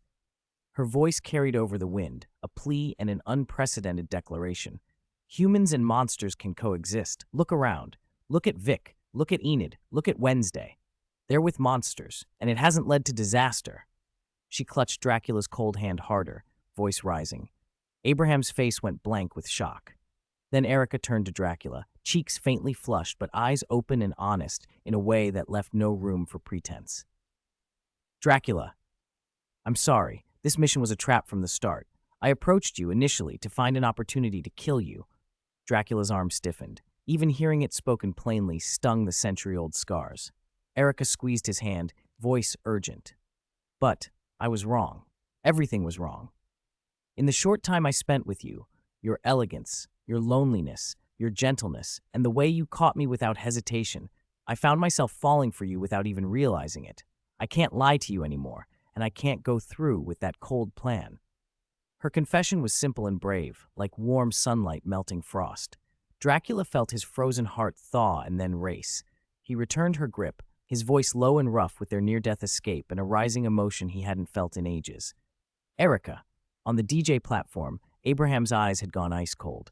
"So this is how the Van Helsing legacy ends. With me. How ridiculous." He slammed both hands down on the DJ console. His fingers danced in a frantic, precise pattern. A piece of music erupted, more frantic, shrill, and ominously destructive than before, a death knell of sound that bent the air itself. Kraken roared as if obeying its master. Its body convulsed. The massive tentacles, no longer distracted by pesky little attackers, rose with a single murderous intent, blotted out the sky, and slammed down toward the spot where Dracula and Erica were descending. The real killing move had been activated. 116. Makapaka, old man, you're such a buzzkill. Demonized, Vic planted himself between Dracula and the Kraken's thrashing tentacles, taking a blow meant for the count. He shook his slightly numb claws and shot a displeased sidelong glare with his crimson eyes up at Van Helsing on the high platform. His massive fishtail slapped the water, stirring angry waves. Can't you see a forbidden love transcending species is playing out here? Have some tact. As he complained, Vic swatted aside another tentacle that tried a sneak strike. Oh, Vic. Dracula, holding Erica, hovered in the air. Seeing Vic step forward, he visibly relaxed. He looked him over, taking in his ferocious yet oddly beautiful demonic form, and genuinely praised. Honestly, you look way cooler like this than in your original form. It feels familiar. He cocked his head, a thoughtful expression sweeping his ageless face as if searching through millennia of memory. I think I saw something like this thousands of years ago. Ah, now I remember. He clapped his hands as if enlightenment had struck. It was someone who was chased everywhere by an old man with a limp and a cane, very hot-tempered. What was her name? Barbara? Or Martha? Vic played along, scratching his chin with a huge claw. I just thought about it. I saw her name recently. I think it was Makabaka. Oh, yes, yes, yes, Dracula nodded eagerly, as if admitting Vic had the better memory. That must be it. I heard she was sealed away in some backwater later. In hell, Bansha, pinned down by Curse Blue and Daikai, overheard the absurd conversation across the void. Rage flushed through her so violently her dark blue form shifted to purplish red. The countless tentacles covering her twitched as she shrieked, "They're slandering me! This is slander! My name is Bansha, the noble water demon, not some Makabaka!" Curse Blue held on with all his strength, a vein throbbing at his temple. Daikai, helping keep their sister restrained, cocked his rocky head and murmured in a muffled voice, "Big brother, when did second sister change her name? Why didn't I know? Didn't she always say she fought that cane-wielding old man to a standstill back then, nearly snapping his cane?" Curse Blue. His demonic career faced an unprecedented crisis, not because of the immortal deities, but because of his teammates' limited wits and the enemy's nonsense. "Shut up, Daikai," he hissed through clenched teeth. "And Shimu, stop laughing, help!" The sky demon Shimu was sprawled on the ground, clutching his stomach and shaking with laughter, his bat wings fluttering. Between breathless guffaws he managed, "I can't, haha. Let me laugh a bit more. In hell. Gah, nothing this entertaining has happened in thousands of years. Makabaka, ha ha ha. Second sister, you have a stage name too." Bansha went berserk, thrashing so violently that Curse Blue and Daikai almost lost their hold. "I'll kill them. I will definitely kill them." Back in Atlantis, Vic and Dracula remained oblivious to the storm they'd stirred in hell, still bantering amid the chaos. But speaking of which, Vic flicked his tail and looked at Erica in Dracula's arms, his crimson eyes glittering with mischievous curiosity. "Uncle Dracula, you sly dog, how long has it been? And you've already got the captain throwing herself off cliffs for you." A rare flush crept across Dracula's pale cheeks. He coughed embarrassedly, though his arm around Erica stayed firm. Erica, blushing faintly as well, met Vic's gaze without flinching, her eyes clear. "Vic, thank you. And I'm sorry for deceiving you before." "Oh, it's nothing." Vic waved a claw. "We're family now anyway. Right, Uncle Dracula?" He winked. "But the priority is taking care of that stubborn old man up there who insists on breaking up lovers, and that disobedient giant octopus." He glared up at the Kraken, which had gone into another frenzy, and at Van Helsing on the platform, whose face had grown ashen as he prepared an even more terrible melody. Vic cracked his neck. His joints popped. "Uncle Dracula, take Captain Erica somewhere safe to be lovey-dovey. Leave this place to me and my pets." No sooner had Dracula spoken than a dozen ferocious beasts, empowered by the Five, charged at the Kraken with renewed ferocity. Their attacks were chaotic but relentless. Sheer numbers and mass tangled the Kraken, keeping it from concentrating its full force on Vic and Dracula. Vic's demon face split into an eager grin. "Hey, gang fights are my favorite." His great fishtail swung, launching him like an arrow. Boom, boom, boom. His scaled fists, dark blue and monstrously strong, hammered into the Kraken's flailing tentacles like heavy mallets. Each impact sent dull roars and shockwaves through the water, churning the sea into whirlpools. "Ha! That's the spirit." Vic laughed, a manic glint in his crimson eyes. Before he could finish, a tentacle as thick as a mountain and howling with force slammed into his demonic body. Thud! He couldn't liquefy in time. The impact buried him into the seafloor, spraying rubble and silt. Ha ha! Yes! Just like that! Hit him good! In hell, the sight sent Bansha, still half unrestrained, into delighted cheers. Her surge of strength threw the unprepared Curse Blue and Dekai aside. Dekui tumbled awkwardly, rolled twice, then staggered up, rubbing his stony head. Big brother, I think. Second sister might actually be crazy. Curse Blue smoothed his robe with an expressionless composure. His crimson eyes carried weary, resigned acceptance. He waved a hand as if conceding the point.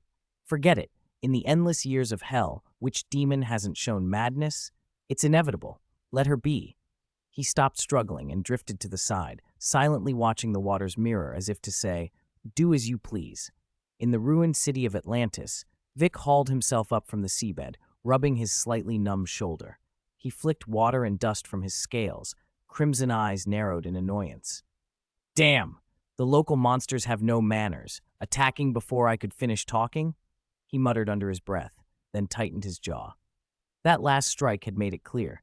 Harassment from the pets, summoned by the 4 and 5 alone, wouldn't be enough to fell an ancient behemoth like this. He needed to get serious. 117 Symbiote Demon Vic drew a deep breath. Blue scales covered his chest and eerie tentacles heaved violently across his skin. An indescribable will, resonant with the whole ocean, spread outward from him like a center point. Water, come, he intoned. Low, ancient syllables, as if carrying the force of some law, fell from his lips. At first, it was only a faint ripple, but in the next instant, BOOM! The endless seawater around the ruined city of Atlantis seemed to answer the call of a monarch. It boiled and surged wildly. Vast, majestic azure currents, like countless giant water dragons, rose from the depths and roared toward Vic from every direction, pouring into his body. Under that nearly endless infusion of seawater, he began to expand with shocking speed. Muscles bulged, scales took on a dark, profound sheen. The tentacles on his head wreathed like giant serpents, and each sweep of his massive fishtail churned towering waves. 100 meters, 200, 300. In just a few breaths, Vic's demonic form swelled to a terrifying scale that dominated the battlefield. When he stopped growing, he was already a full head taller than the mountain-sized kraken. The shadow he cast nearly swallowed half the ruins. He lowered his head slightly. His giant eyes, like crimson lakes, coldly regarded the kraken, which suddenly looked almost diminutive beside him. The oppressive aura of his colossal demonic shape made the water itself feel as if it were solidifying. Even the fierce beasts activated by the fort, which had been attacking madly, slowed instinctively and looked up in fear at the newly born deep-sea giant. Not enough. The voice was a low undercurrent, reverberating through the water. He spoke like someone both talking to himself and to something inside him. Venom, Vic said, a hint of provocation and anticipation threading his tone. This amount, can you handle it? Almost as soon as the words left him, an even more excited, ravenous, hoarse voice, one that sounded as if it had been suppressed for eons, erupted from within Vic's massive form, filled with wild joy at the prospect of release. Of course, been waiting for this, brother. A viscous, pitch-black substance, as if condensed from the universe's darkest depths, burst out like a breached black flood. It erupted from every pore and every scale gap of Vic's demonic body, venom. But this venom was unlike any previous incarnation. The volume was staggering, impossibly vast, as if Vic's body were connected to an endless dark dimension. The pitch-black symbiote flowed like a living ocean of asphalt, rapidly climbing, covering, and fusing with him. It didn't merely coat him. It merged, symbiotically enhancing his form. Crack! Crack! Crack! The sound of bones redistributing, denser and more terrifying than before, rang out. Fused with venom, Vic underwent a second phase of gigantification. Muscle fibers, braided with the black substance, proliferated and swelled with ferocious absolute power. The dark blue scales were overlaid with a flowing, pitch-black sheen, their edges sharpened as if able to slice through water. The slimy tentacles on his head writhed like awakened dark dragons, streaked with venom's signature white, web-like patterns and stirring vortexes as they moved. His massive tail was completely reshaped by the symbiote, growing thicker and more dreadful, the fin's edges extended into scythe-like bone blades. Most heart-stopping was his head. The already fearsome demonic visage was now sheathed in venom, forming a more streamlined, aggressive silhouette. The giant maw split open to reveal layer upon layer of abyssal teeth. An absurdly long, barbed black tongue, like a giant serpent, flicked out to taste the seawater. And the eyes, the once crimson sockets now bore Venom's iconic, greedy, savage, pure white pupils. Burning white patterns spread around them like a stare from the abyss. Ultimate form, symbiote demon. A terrifying, wildly unstable shape forged by forcibly merging Bansha's primordial demonic authority with Venom's cosmic-level symbiotic trait. Roar! The newborn symbiote demon threw back its head and roared. The blast instantaneously blasted surrounding seawater into a vacuum zone and sent distant ruin walls crashing down. Even the arrogant kraken trembled, its massive body shuddered, and its flailing tentacles froze for an instant. Its simple instincts could not comprehend why this creature had transformed in an instant from a mere hulking force into something that provoked primal fear. The symbiote demon lowered its head slowly, those unnerving white eyes locking onto the kraken. It raised a claw the size of a mountain, slick with black substance, and casually flexed its knuckles. Undersea currents shattered several massive stone pillars where the pressure concentrated. A voice that blended Vic's madness and Venom's brutality tolled like a death knell. Now, that should be about enough. Let's begin the real hunt. Then, in the next heartbeat, the massive body of the symbiote demon vanished from where it stood, not by teleportation, but by explosive acceleration beyond the limits of sight. The entire sea seemed to be split by an invisible giant axe. Only a terrifying trajectory, torn through the seabed, was left in its wake as it surged forward toward the kraken. The symbiote demon's form solidified again, and one great claw gripped the base of one of the kraken's main tentacles as if seizing a toy. Squelch! The claws clenched. Terrifying power, demonic force laced with symbiotic corrosion, erupted. The tentacle, thicker than a giant cruise ship, was ripped off like a fragile twig. Ink-blue blood gushed in a waterfall, instantly staining a vast area of the sea black. The kraken screamed, the most piercing, agonized cry the battle had heard. Down in hell, a dead silence fell. Bansha, who had been exultant, froze in utter terror and disbelief. Curse Blue hovered there, his crimson eyes taking on a new gravity. Dequai's stone mouth hung agape. Shimu, who had just taken flight, forgot to flap his wings and simply plummeted, crashing to the ground. The symbiote demon casually tossed the still-twitching giant tentacle aside like refuse, its bone-white eyes turning toward the writhing kraken. Its massive tongue licked its sharp teeth. Warm-up. Over. Uller, ul. Ullerler, uller, uller. Flying sky hammer. Cat landing. Bear paw strike. Taste my flying crane catches shrimp. Two dragons playing with a pearl. Gorilla breaks the branch. Crow sits on airplane. Vic, in his symbiotic demon form, launched himself like a mountain driven by the violent thrust of his tail and came down with the force of Mount Tai, slamming straight into the center of the kraken's greatest bulge. Boom! The entire underwater ruin shuddered as if hit by a magnitude 12 quake. The shockwave flattened surrounding wreckage. Take my combo! Aura, aura, aura, aura! Vic roared, delirious with the rush. His fists became afterimages, a storm of blows raining down on the kraken's defenseless bulk. Each impact landed with a heavy thud and a burst of terrible energy. Combo after combo, an unending barrage. There was no suspense to the fight. It was a massacre. Crushing, relentless, like a father putting a child in his place. Vic finally understood why the heroes in those hot-blooded anime always rushed forward yelling to brawl. Being a calculating mastermind sitting in the back had its prestige, but the raw, direct thrill of a full-power aura-aura assault, collision of force and flesh, was intoxicating. Vic and Venom beat the sea monster, he crowed. The kraken lay beaten, its tentacles limp and drooping, its great body curled in on itself, trembling and whimpering, pitiful now. The mania that had driven it cleared. What remained were base fear and an enormous grievance. It hadn't deserved this. Sleeping in its deep-sea lair, dragged out by eerie music into servitude, then thrashed senseless, what recourse did it have? Vic wasn't trying to kill it. This was a lesson, a beating to teach it a bound on its loyalty. Besides, The creature had sung to welcome them earlier, poorly but still. Venom, however, still hungrily eyed the fallen beast. The huge head it controlled tilted, its bright white eyes glinted with unsated appetite. The tongue licked over razor teeth as it rasped. I still want to taste his brain. His secondary brains were so bouncy. Imagine how exquisite the main brain must be. Slurp. The Kraken shuddered, tucking its head tighter, curling in on itself. Enough, enough, Vic said lazily, satisfied, his voice soft after the fight. It's just a puppet. A lesson is enough. It did sing for us earlier, even if the tune was off.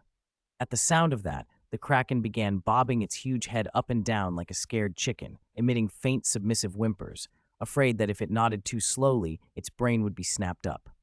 What are you doing? Keep attacking. Don't you dare stop. Abraham Van Helsing bellowed from the crumbling DJ platform, fingers trembling with fury, desperate to see the creature obey. But his commands went unanswered. The mountain of a beast shrank in on itself, tentacles instinctively shielding fresh wounds and a battered head. With its one remaining intact eye, it lashed a look up at the platform that almost read in human terms, disdain and contempt, as if to say, if you're so brave, do it yourself. Stop the barking. I'm not serving you anymore.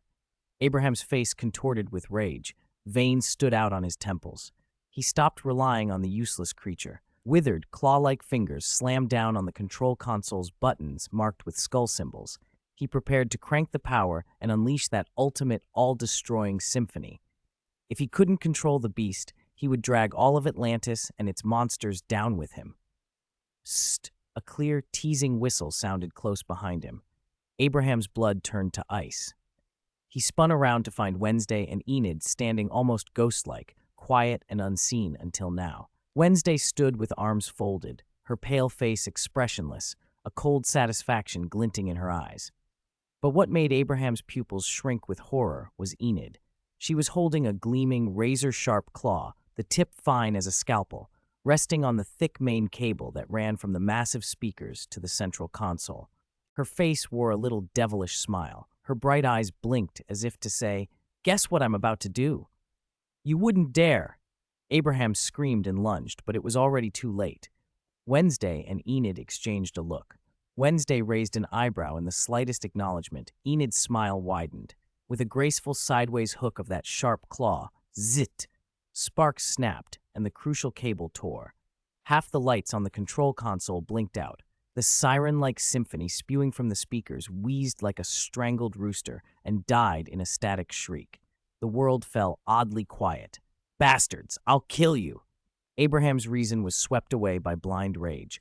Bloodshot and animalistic, he charged at the two girls who had just ruined everything. A frosty snort cut through the air behind him. Simultaneously, a jet of icy seawater erupted like a high-pressure cannon, soaking him and nearly knocking him off his feet. Abraham halted, his fury extinguished by the bone-deep cold. Fear took over. His body trembled and turned slowly, like rusted gears grinding into motion. First into view was a chest broad as a city wall, scaled dark blue and black. He forced his gaze upward past the monstrous, smeared head, its surface coated with a flowing black substance, and finally met two enormous, ghostly white eyes, abyssal and unblinking. Vic, in his symbiotic form, loomed above him. The demon split a massive maw streaked with rows of sharp teeth. A long barbed tongue slipped out and licked those teeth. The voice that came down was a horrible blend of Vic's mocking amusement and Venom's ravenous hunger, tolling like a funeral bell. "Old man," it said, each syllable thick with menace. "Who do you think you're going to kill?" Abraham's breath hitched. The small wheels of his mechanized body rolled backward with a gulu-gulu sound, carrying him uncontrollably to the edge of the high platform. He lost his balance and tumbled straight down. "Great-grandfather!" Below, Erica, who had been watching tensely, cried out and instinctively lunged forward. Dracula, however, only sighed softly and lifted a pale finger. A wisp of dark red magic gathered at his fingertip, and like an invisible net, a gentle but unwavering force caught the falling Abraham and lowered him steadily to the ground before Erica. Abraham steadied himself, shaken. He looked up at Dracula, the being he'd spent a lifetime fighting, the man he'd nearly killed not long ago, with aged eyes full of bewilderment. You saved me?" His voice was dry and hoarse. "But why?" Dracula stepped to Erica's side and took her hand as if it were the most natural thing. His crimson eyes met the exhausted hunters. Abraham. His voice was low, carrying an ancient authority and, oddly, a note of relief. Times have changed. As Erica once said, the era of monsters hiding in the shadows and being humanity's enemies is over. He let his gaze sweep the scene. The symbiote had already retreated into Vic. Vic's enormous demonic form was shrinking as he, Wednesday, and Enid huddled together, laughing and teasing. The Kraken busied itself with its injuries, gently tending them with its tentacles, and when it glanced at Vic, its eyes were filled with reverence, utterly free of ferocity. Monsters who had been hiding peered out, faces etched with relief and curiosity about what would come next. "We want peace more than most humans do," Dracula said quietly. He looked back at Abraham, sincerity in his tone. "Because a peaceful world is the only place we can live safely. In that sense, the Van Helsing family's mission to prevent monsters from harming humans has been fulfilled." He paused and glanced down at Erica, who was crying and holding his hand tightly. His voice softened and grew firmer at the same time. "It's time for you to retire, Abraham. Put down your weapons, let go of your obsessions, and rest." And he took a steadying breath, making his decision clear to everyone present. "I love Erica. This has nothing to do with being a vampire or the Van Helsing destiny. I love her because she is Erica." "Oh, Dracula." Erica couldn't hold back. Tears of joy shimmered in her sapphire eyes as she clung to Dracula's arm and rested her head on his cold shoulder, her face radiant. Abraham stared at them, then looked down at his own body, modified over decades for hunting, a patchwork of metal and scars. For so long he had been a wound-up machine, driven by duty and hatred, traveling from one battle to the next. He had forgotten what rest felt like. He had even forgotten what it meant to be human. Many nights alone, he'd felt bone-deep exhaustion and thought of quitting, but duty and suspicion always pulled him back. Now, with his plan destroyed, the power gap exposed, Dracula's unexpected rescue, and those words that cut to his core, the taut string in his heart, rusted and frayed, finally snapped. The near fanatical belief that had sustained him melted like ice in sunlight, leaving an unfamiliar emptiness and a hint of relief. The anger and stubbornness fell away, replaced by weariness and bewilderment. After a long, slow breath, he sighed and let his shoulders sag, as if a 1,000-pound weight had been lifted. "All right." His voice was light, half resignation, half liberation. "I suppose I should really retire." He lifted his wrinkled, calloused hand and stroked his cold, mechanical arm. The failure didn't feel as bitter as he'd expected. At least now he could stop. "He's probably just worried that if the father-in-law dies, it will cause marital trouble later," Vic muttered under his breath, a precise little jab. Enid bumped him gently. "Vic, don't ruin the moment," she scolded, reaching to pinch his waist, only to find cold, slippery, dark blue scales instead. She looked up, concern flickering in her sapphire eyes. "Vic, it's all settled. Can you change back now?" "Oh, right." Vic blinked crimson-eyed and tried to change the subject, rummaging through seawater like showing off treasure and stirring a whirlpool. "Enid, look, while fighting I picked up shiny stuff. Maybe Atlantis treasure. We're rich." He opened his palm and revealed pieces of gold and gemstones that glinted oddly. "Vic?" Enid's voice dropped to a tentative whisper. She sensed he was avoiding the real question. "Ah, maybe I didn't get it all. Let me check. There might be better stuff." Vic flicked his fishtail as if to dive again. The posture betrayed how comfortable he was with that power and the ocean's pull. "Vic, change back, now." Wednesday's cold, unyielding voice cut through, unmistakably commanding. At once, she activated the seal's power. She appeared beside Vic like a ghost and clamped her pale, surprisingly strong fingers onto his scaled wrist. "Why change back?" she asked. Vic's head tilted in confusion. The red in his pupils burned brighter, a swirl of demonic power. His voice rumbled with naive cruelty and absolute certainty. "With this power, I can do anything. I can protect you better, make sure no one can hurt us. Isn't that good?" "It's not good at all. Vic, please." Enid stepped forward, wrapping both arms around his other wrist and pressing her cheek to his cold scales. Tears choked her voice. "You promised me on Wednesday you wouldn't make us worry. We're really scared seeing you like this." Wednesday didn't speak, but her pool-dark eyes fixed on Vic's crimson ones with a stubborn resolve that said, If you get lost, we'll pull you back, no matter the cost. Vic's chest heaved. A violent, restless impulse surged up, urging him to shake them off and embrace the power. He felt the demonic energy roar. But when he stirred that power, he saw something that pierced him. The reflections in Enid's and Wednesday's pupils were not of a handsome host or a brave symbiote. They showed a monstrous, terrible demon. The sight stabbed through him. What am I doing? He thought. I almost used this to scare the two people I most want to protect. The demonic fire in his chest chilled. Without hesitation, Vic focused his will and channeled the seal's power. A warm, peaceful white light, like moonlight, rose from his chest, the light of the soul. It drove away the dark blue demonic energy clinging to him. The color receded like a tide, peeling from his massive form and retreating into the ancient gourd. The enormous demon began to shrink rapidly. The symbiote withdrew obediently into his body. Seconds later, the familiar black-haired youth reappeared, bikini briefs and floral shirt, a trace of fear and apology still on his face.